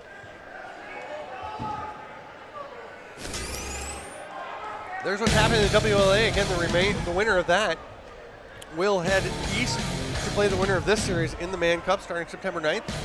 All road wins in that series. So looking good for Victoria in Game 6 tomorrow night. But, Maple Ridge would love to break that trend and close that out at home. And good for whoever wins this, because every single game will be on the road for them at the Mann Cup. Either here at the ILA or at the Memorial Center in Peterborough. Here's Vitarelli dinging one off the post. Power play for the Lakers. Evans to Jones. Gets it back and goes to Courier, who's up top. Stainhouse down low on the goal line. A little unusual for the Lakers. Evans goes off the pick by Courier. Passes it back out to him. Here comes Paul Dawson. Vitarelli backhand whip shot was stopped by Ward. That was close to going in. It was actually close to being in, as Ward was kind of behind the goal line, but he was just far enough forward to make sure it was not a goal. Stainhouse loses the grip on that one, just skips off his stick, and Dan Coates is running the floor. He's got Dan Dawson with him. He's going to pull out, though, as Stephen Horde picked him up. Now he lobs it out there, and Horde races after him, but Dawson uses his height to reach up and grab it. Just stays inside the restraining line, and Stephen Keogh is going to do what he may do best in the summer game, which is try and rag the ball. Zach Courier trying to knock it out. All over him. Nick Weiss is there for some help, and Keogh's just trotting about at this point. Austin Stotts is there to help him, and boy, Keogh's dragged down, holds on. I thought Weiss might actually take a holding penalty because he kind of grabbed the helmet and pulled him down, but no call, also no turnover. How does Keogh hold on to that? I know the back end of the stick is big, but how does he come out with that ball? Wow. Now we're going to say he trapped it against the chest. Chris Williams right there with the call. Keogh runs into Horde as he goes to the bench, and the Lakers get it back. Our director, Alex Frazzo, is very excited because we've hit 1,900 viewers. He wants 2,000. That's awesome. Tell your friends. Retweet. Tell all your friends to get on here. It's a great game here. The Lakers shoot. Oh, Sean Evans just misses. Mark Steenhouse tracks it down. Great hustle by Merrill on him. But now they've got some open space. Oh, what a save by Dylan Ward on Josh Courier. The Lakers get it back, though. Merrill, Dawson, Sid Smith, and Dan Coates, the defenders. As a fresh 30, Steenhouse behind the back to Evans, shoots, save, stick of Ward, and that will give the Chiefs a bit of a break. They throw a nice lob pass ahead by Sid Smith, a bit too far for Coates, but he's running onto it. A great hustle, though, to get over there and strip the ball by Weiss, and that's going to be Lakers' possession. The penalty is over, but the Lakers have the ball. They throw it ahead to Evans. Kind of short hops him, but he manages to control it under the 10-minute mark here in the third period. Evans somehow gets past David Brock, takes the pass back. There's a shot. Didn't have a chance quickly to mention that, how big of a penalty kill that is there by the Chiefs. Couple of times they got exposed on that crease there, and Dylan Ward, no doubt, there to make the save. Dan Dawson rolling around the top. He runs into Ian Lord. And there's a shot that goes either off the post or off of Evan Kirk. Either way, it bounces out. Nice little flick by Tutton to get it up to Brad Self, and the Lakers are pushing the pace. Pass back to Scott Self. Brad's flat in the goal. Scott Self! I talked to him before the game. He said, I was saying, you got to take your stick with you. He was protecting it, had it in the bus. He said, this is a new one. There might be a few goals left in this. Oh, no, it was the gloves. Sorry, he's wearing his old gloves. It was the gloves. That's right. Yep. 6, 12, 25. And there is at least one. It's 9-7, 9 minutes to go. And we talked about how important the transition goals are for this Lakers team, especially, with the offensive struggles by their standards for their offensive players. It's huge when you get some, character players like that on defense and on transition to, put the ball in the net. The veteran captain, Scott Self. Absolutely huge goal to make it 9-7 after a couple of big posts.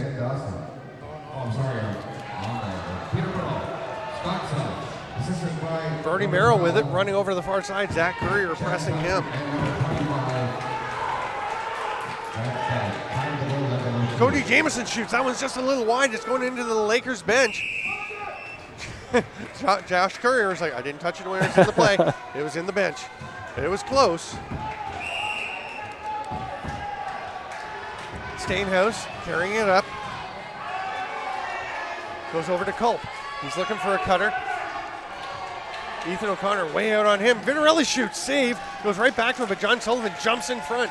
Makes the pass out. Nice play by Sullivan to get it to Coates. 8-10 to go, 2-goal lead. I'm Stephen Stamp with Patty Gregoire, bringing you JVI Sports Network presentation of Major Series Lacrosse Championship Series action. Go over to Benesh. There's a shot. That one goes wide, and Stotts is knocked down. He has a look at the refs, but it's going to be Lakers possession. Looked like he got a little bit jammed there on the stick, so the shot went right before the crease and hit the mesh. Ball's with Evans. He comes out of the corner. Oh, what a save by Ward. The ball bounces out.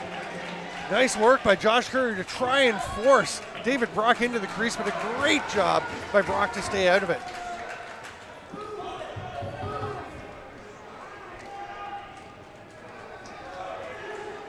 Chiefs trying to take their time here, get a good possession Oh, that behind the back pass misses Smith. He pulls Tutton away from it. May have gotten away with a loose ball pull, not a push, but Tutton comes out with it. He's running the floor. Brad Self is ahead, but he's covered by Cody Jamieson. Jones and Stainhouse come off the bench.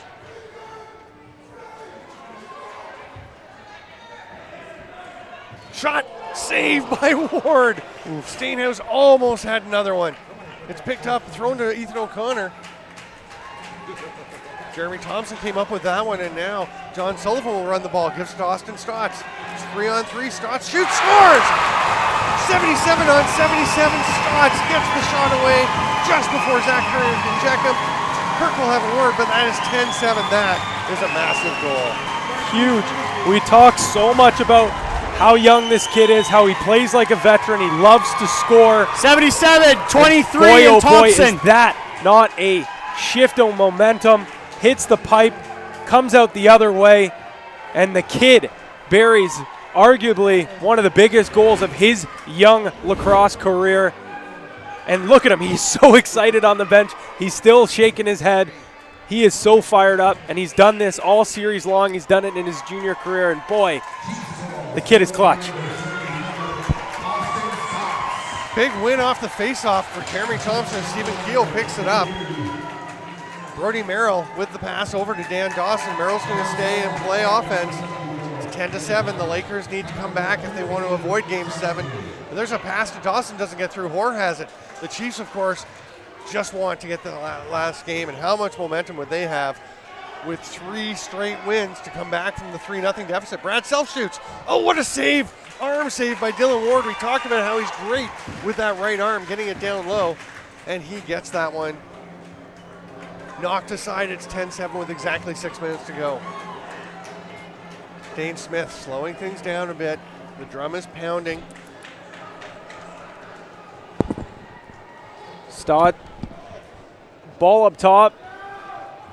Dawson holding now. Fires it, taking it. Still holding on in that little backhand shot. Nothing comes of that. 30-second violation. We're going to have the Lakers ball here. 5 minutes, 36 seconds left in this third. What a third period we've seen so far. It has been end-to-end action. The shot by Jones, that one's knocked down by a stick. Comes right out to Evans. Billy D. Smith on him. Now it's Sullivan. Smith backpedaling. Billy D. gives him a shove. Smith spins, fires, or Evans over to Dylan Evans. Stainhouse. Chad Culp steps back, shoots. Saved by Ward with the belly pad. 5:08 to go. The intensity in this building is ramped way up.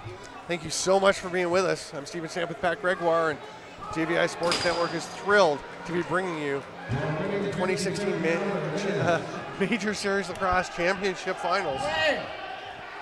And there may be at least 60 more minutes after this one. Randy Stotts shoots, stopped by Kirk. He's trying to get a fresh reset. Tutton grabs it. Great effort by Stotts with the low shot off the pads. Tutton goes the other way though. Kirk heading to the bench.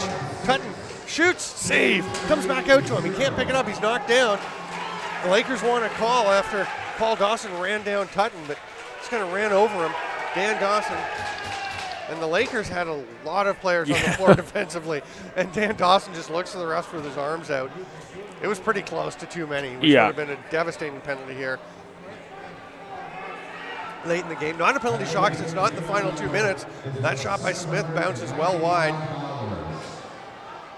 Nick Weiss grabs it eventually, throws it ahead to Brad Self, and Alex Frazzo is very excited to have hit 2,000 viewers. Brody Merrill, though, gets the ball. A nice strip, throws it back. Brad Self's going after Coates, but he catches it. Sid Smith's there to just be an outlet, but they're going to eventually get to Stephen Keogh. 17 on the shot clock as the Chiefs finally get up in the offensive zone with possession. Keogh goes to the net. Lane's open. They try and strip him behind the back. He was in the crease. And Scott Self will run the ball. He has a big goal in this third period.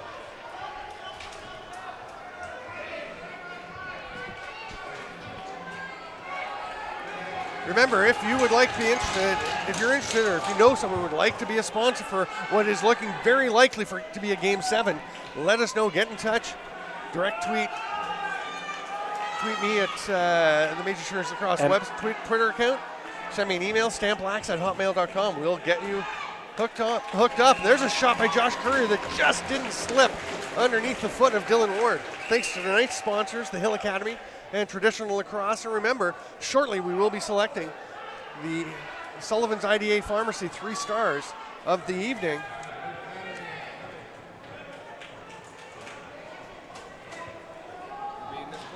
There's a cut to the net. Smith shoots, save.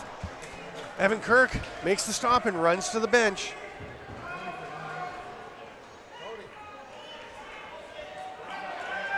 Shots now are 52-37 in favor of Peterborough. They have really run away in the shots, but just can't beat Dylan Ward frequently enough. That pass out to Vinarelli, back pass, it's in! Ooh. No, it's not. Oh, wow. How does that was in. How Josh does that Courier ball with the stay shot. out? I didn't think it did, to be honest. I thought it was in, but it must have gone off the far post. Oh, and now we have a player down on the middle of the floor. I was still looking back, but that is Randy Stotts. Cody Jamieson is livid.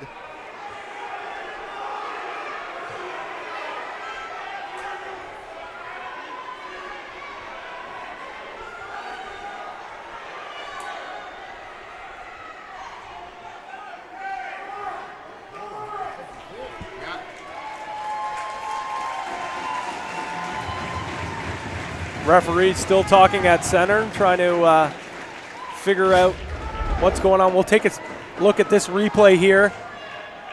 And I believe this is going to be the look where we, cross crease pass coming here.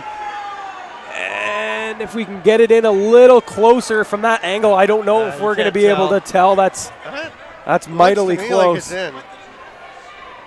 Like look at the angle it's coming out at. And then if we can see that. You know what? That was in. I think that was in. That does look. Because it's coming out. Yeah, the way it bounces. Right? Brody Merrill is very upset. They wanted a penalty for Stotts being flattened, but boy, that's a tough break for the Lakers. Down 3 goals with 2:09 to go, and boy, that would be a big one. You throw in those couple of posts they hit earlier. Yeah. I mean, there are chances both ways. We're going to have a face-off after things got all muddled up, and Kirk is off the floor already. There are 6 Lakers now on the floor as Nick Weiss comes out.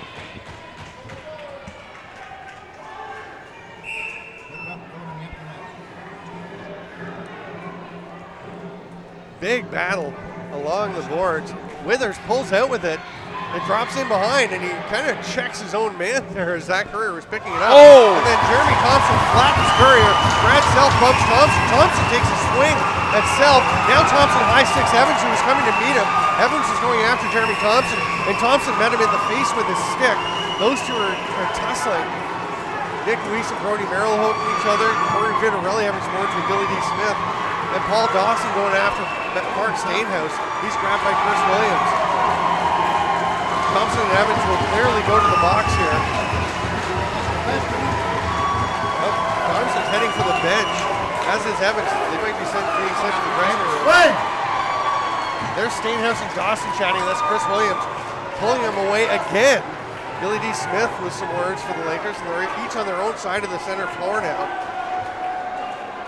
It all started with that big hit by Thompson that flattened Zach Courier. Massive. Thought the roof was going to explode off in this place.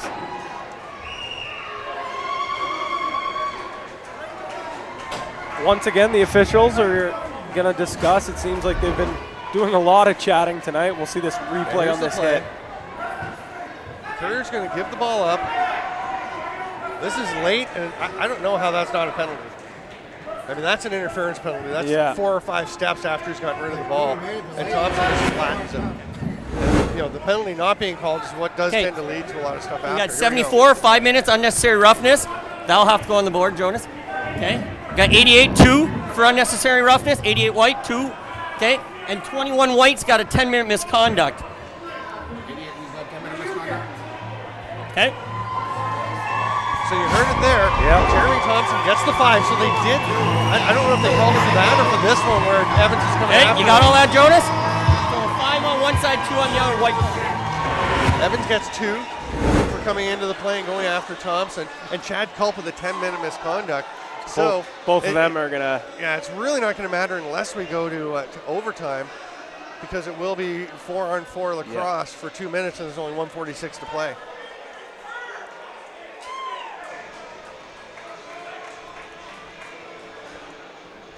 Brody Merrill is fired up. He, of course, was the bonus answer to our trivia question. Thank you to the Hill Academy, where he is the director of lacrosse, for making this broadcast possible, along with traditional lacrosse, who makes some wicked cool sticks. Again, Hill Academy, the #1 high school program in North America. Traditional lacrosse, making great wooden lacrosse sticks and other things, apparel, etc.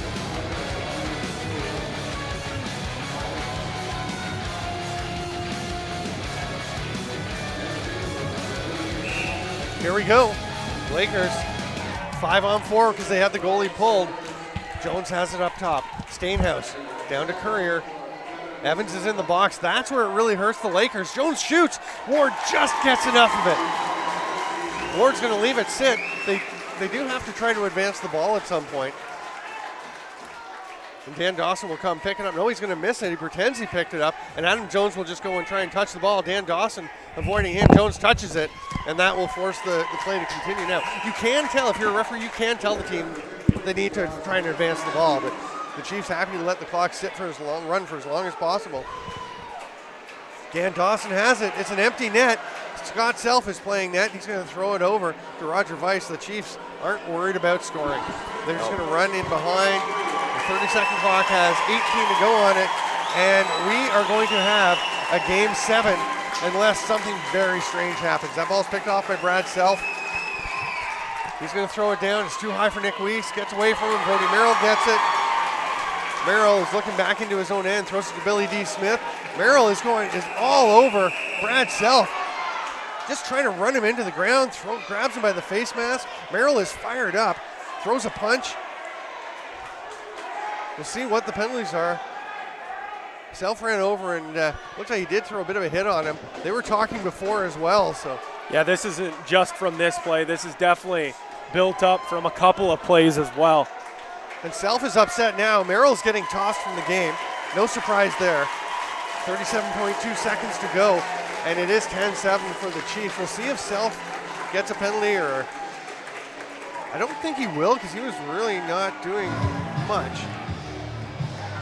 If he does, it's probably a 2. I'm assuming since they sent Merrill to the bench, to the dressing room, that he's got a 10. Let's hear. 2 each unsportsmanlike and 10-minute misconducts each. Okay, so the 2s have to go on. 2 each unsportsmanlike for Self, and there's Merrill going after Self. Obviously, Self did something to upset him. Yeah, like I said, I think this is something that's been kind of built up, brewing over a few last couple games. And we'll see Dylan Ward replaced again by Doug Jamieson. Once again, smart call here. Chiefs kept possession. And they'll be able to run off most of the final 37.2 seconds in this game. So, get in touch with us if you'd like to sponsor. And if you've already sponsored a game, we'd be happy to have you again for Game 7. But new sponsors are welcome. Paul Dawson running with the ball. And Stephen Keogh called for an illegal pick, and he's getting into it with Eric Schul. They're going to go. Keogh gets the first punch while Schul's still getting his gloves off, but then Schul lands a left and a right. Now he goes down. A big hit by Keogh. Keogh can toss him, and Schul takes him down. Keogh jumps on top. That's a pretty quick but spirited bout there.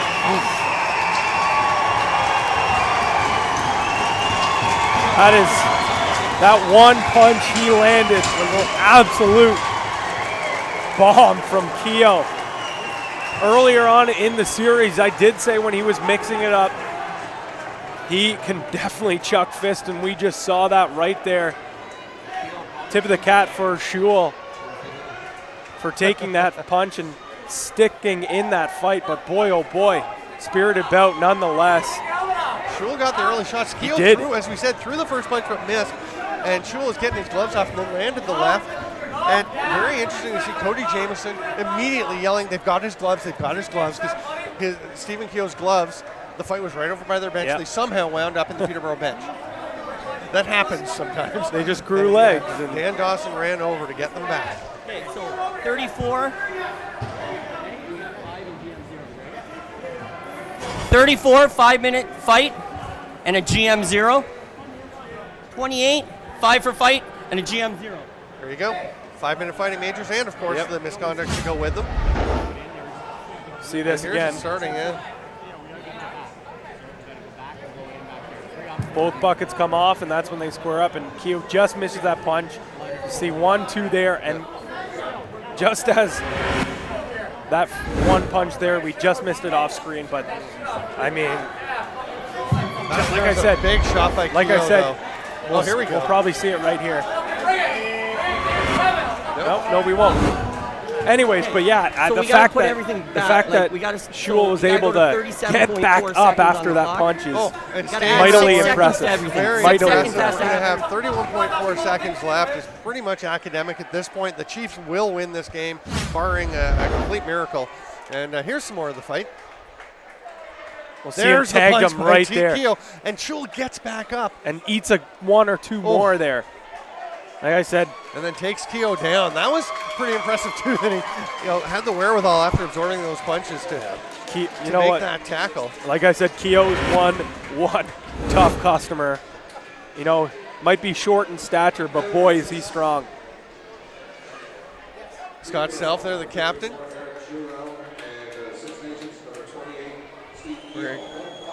That's a nice look at Scott Self. But down at the other end, Paul Dawson has the ball. Josh Currier will check him. Doug Jamieson, as we mentioned, is in net. Dawson's going to run with it. Chad Tutton with a bit of a chop on him. Dawson takes a look back. He's going to run the floor and pass it over. John Sullivan, he's just running around. Currier and Self on him. They try and pin him. He gets away from it. 11 on the shot clock.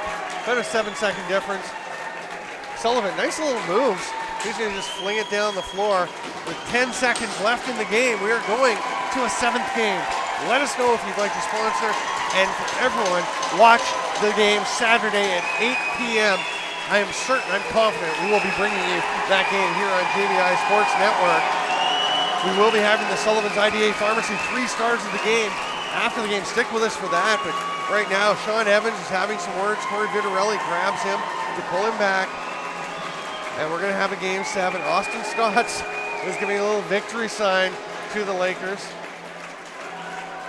Now Rich Kilgore and Jeremy Thompson talking to the refs. Sean Evans making sure the officials know something. And Evans is having words with I think the PA announcer. Not the PA, that's Rod. Or the PA announcer's down in the box. No, Is somebody upstairs, the DJ? I don't even know who he's upset with now. But he is fired up. Words with Rich Kilgore. Kilgore and Mike Hazen just chat to each other. John Tavares talking to Blair Ferguson. There's a lot going on down there still for a game that's over. A lot of penalties, but it is on. Game 7. Game 7, the 3rd year in a row these teams have gone to a game 7.